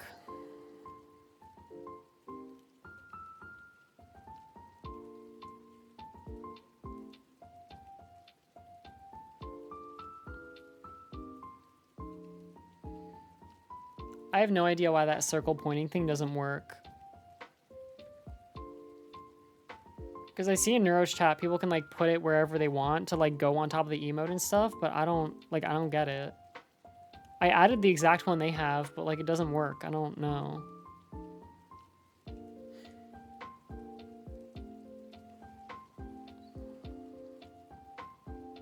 What's Glorpy's favorite food? Anything that's green. She loves green stuff. Alright, hold on.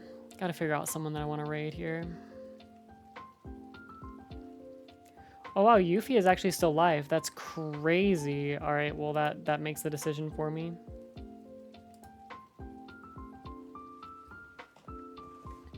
Guys, we are gonna be closing out the stream here. I don't want to say it. I don't want to do it, but you know, such is life. We have to start hitting the road here a little bit. But of course, before you go, I'd recommend the Discord server if you're not a part of it. You can type !Discord and join that. Thank you for getting the raid message ready. I appreciate it. You know I love you guys. Thanks so much for always hanging around. I appreciate you all a lot. You're welcome. I'm glad you guys enjoyed the stream. Like I said, a little bit of a different one in a weird way, but it was fun. It was chill. Glad to spend time with you guys as always. You better sleep well? Okay, I promise. You're welcome. Have you guys enjoyed the stream? W stream? Awesome. Alright, I hope you guys have a really good night. Thanks so much for coming by. I'll see you guys in Discord. I'll see you on YouTube. I'll see you on Twitch. You know where to find me. Thanks so much for watching, guys. Much love. Bye!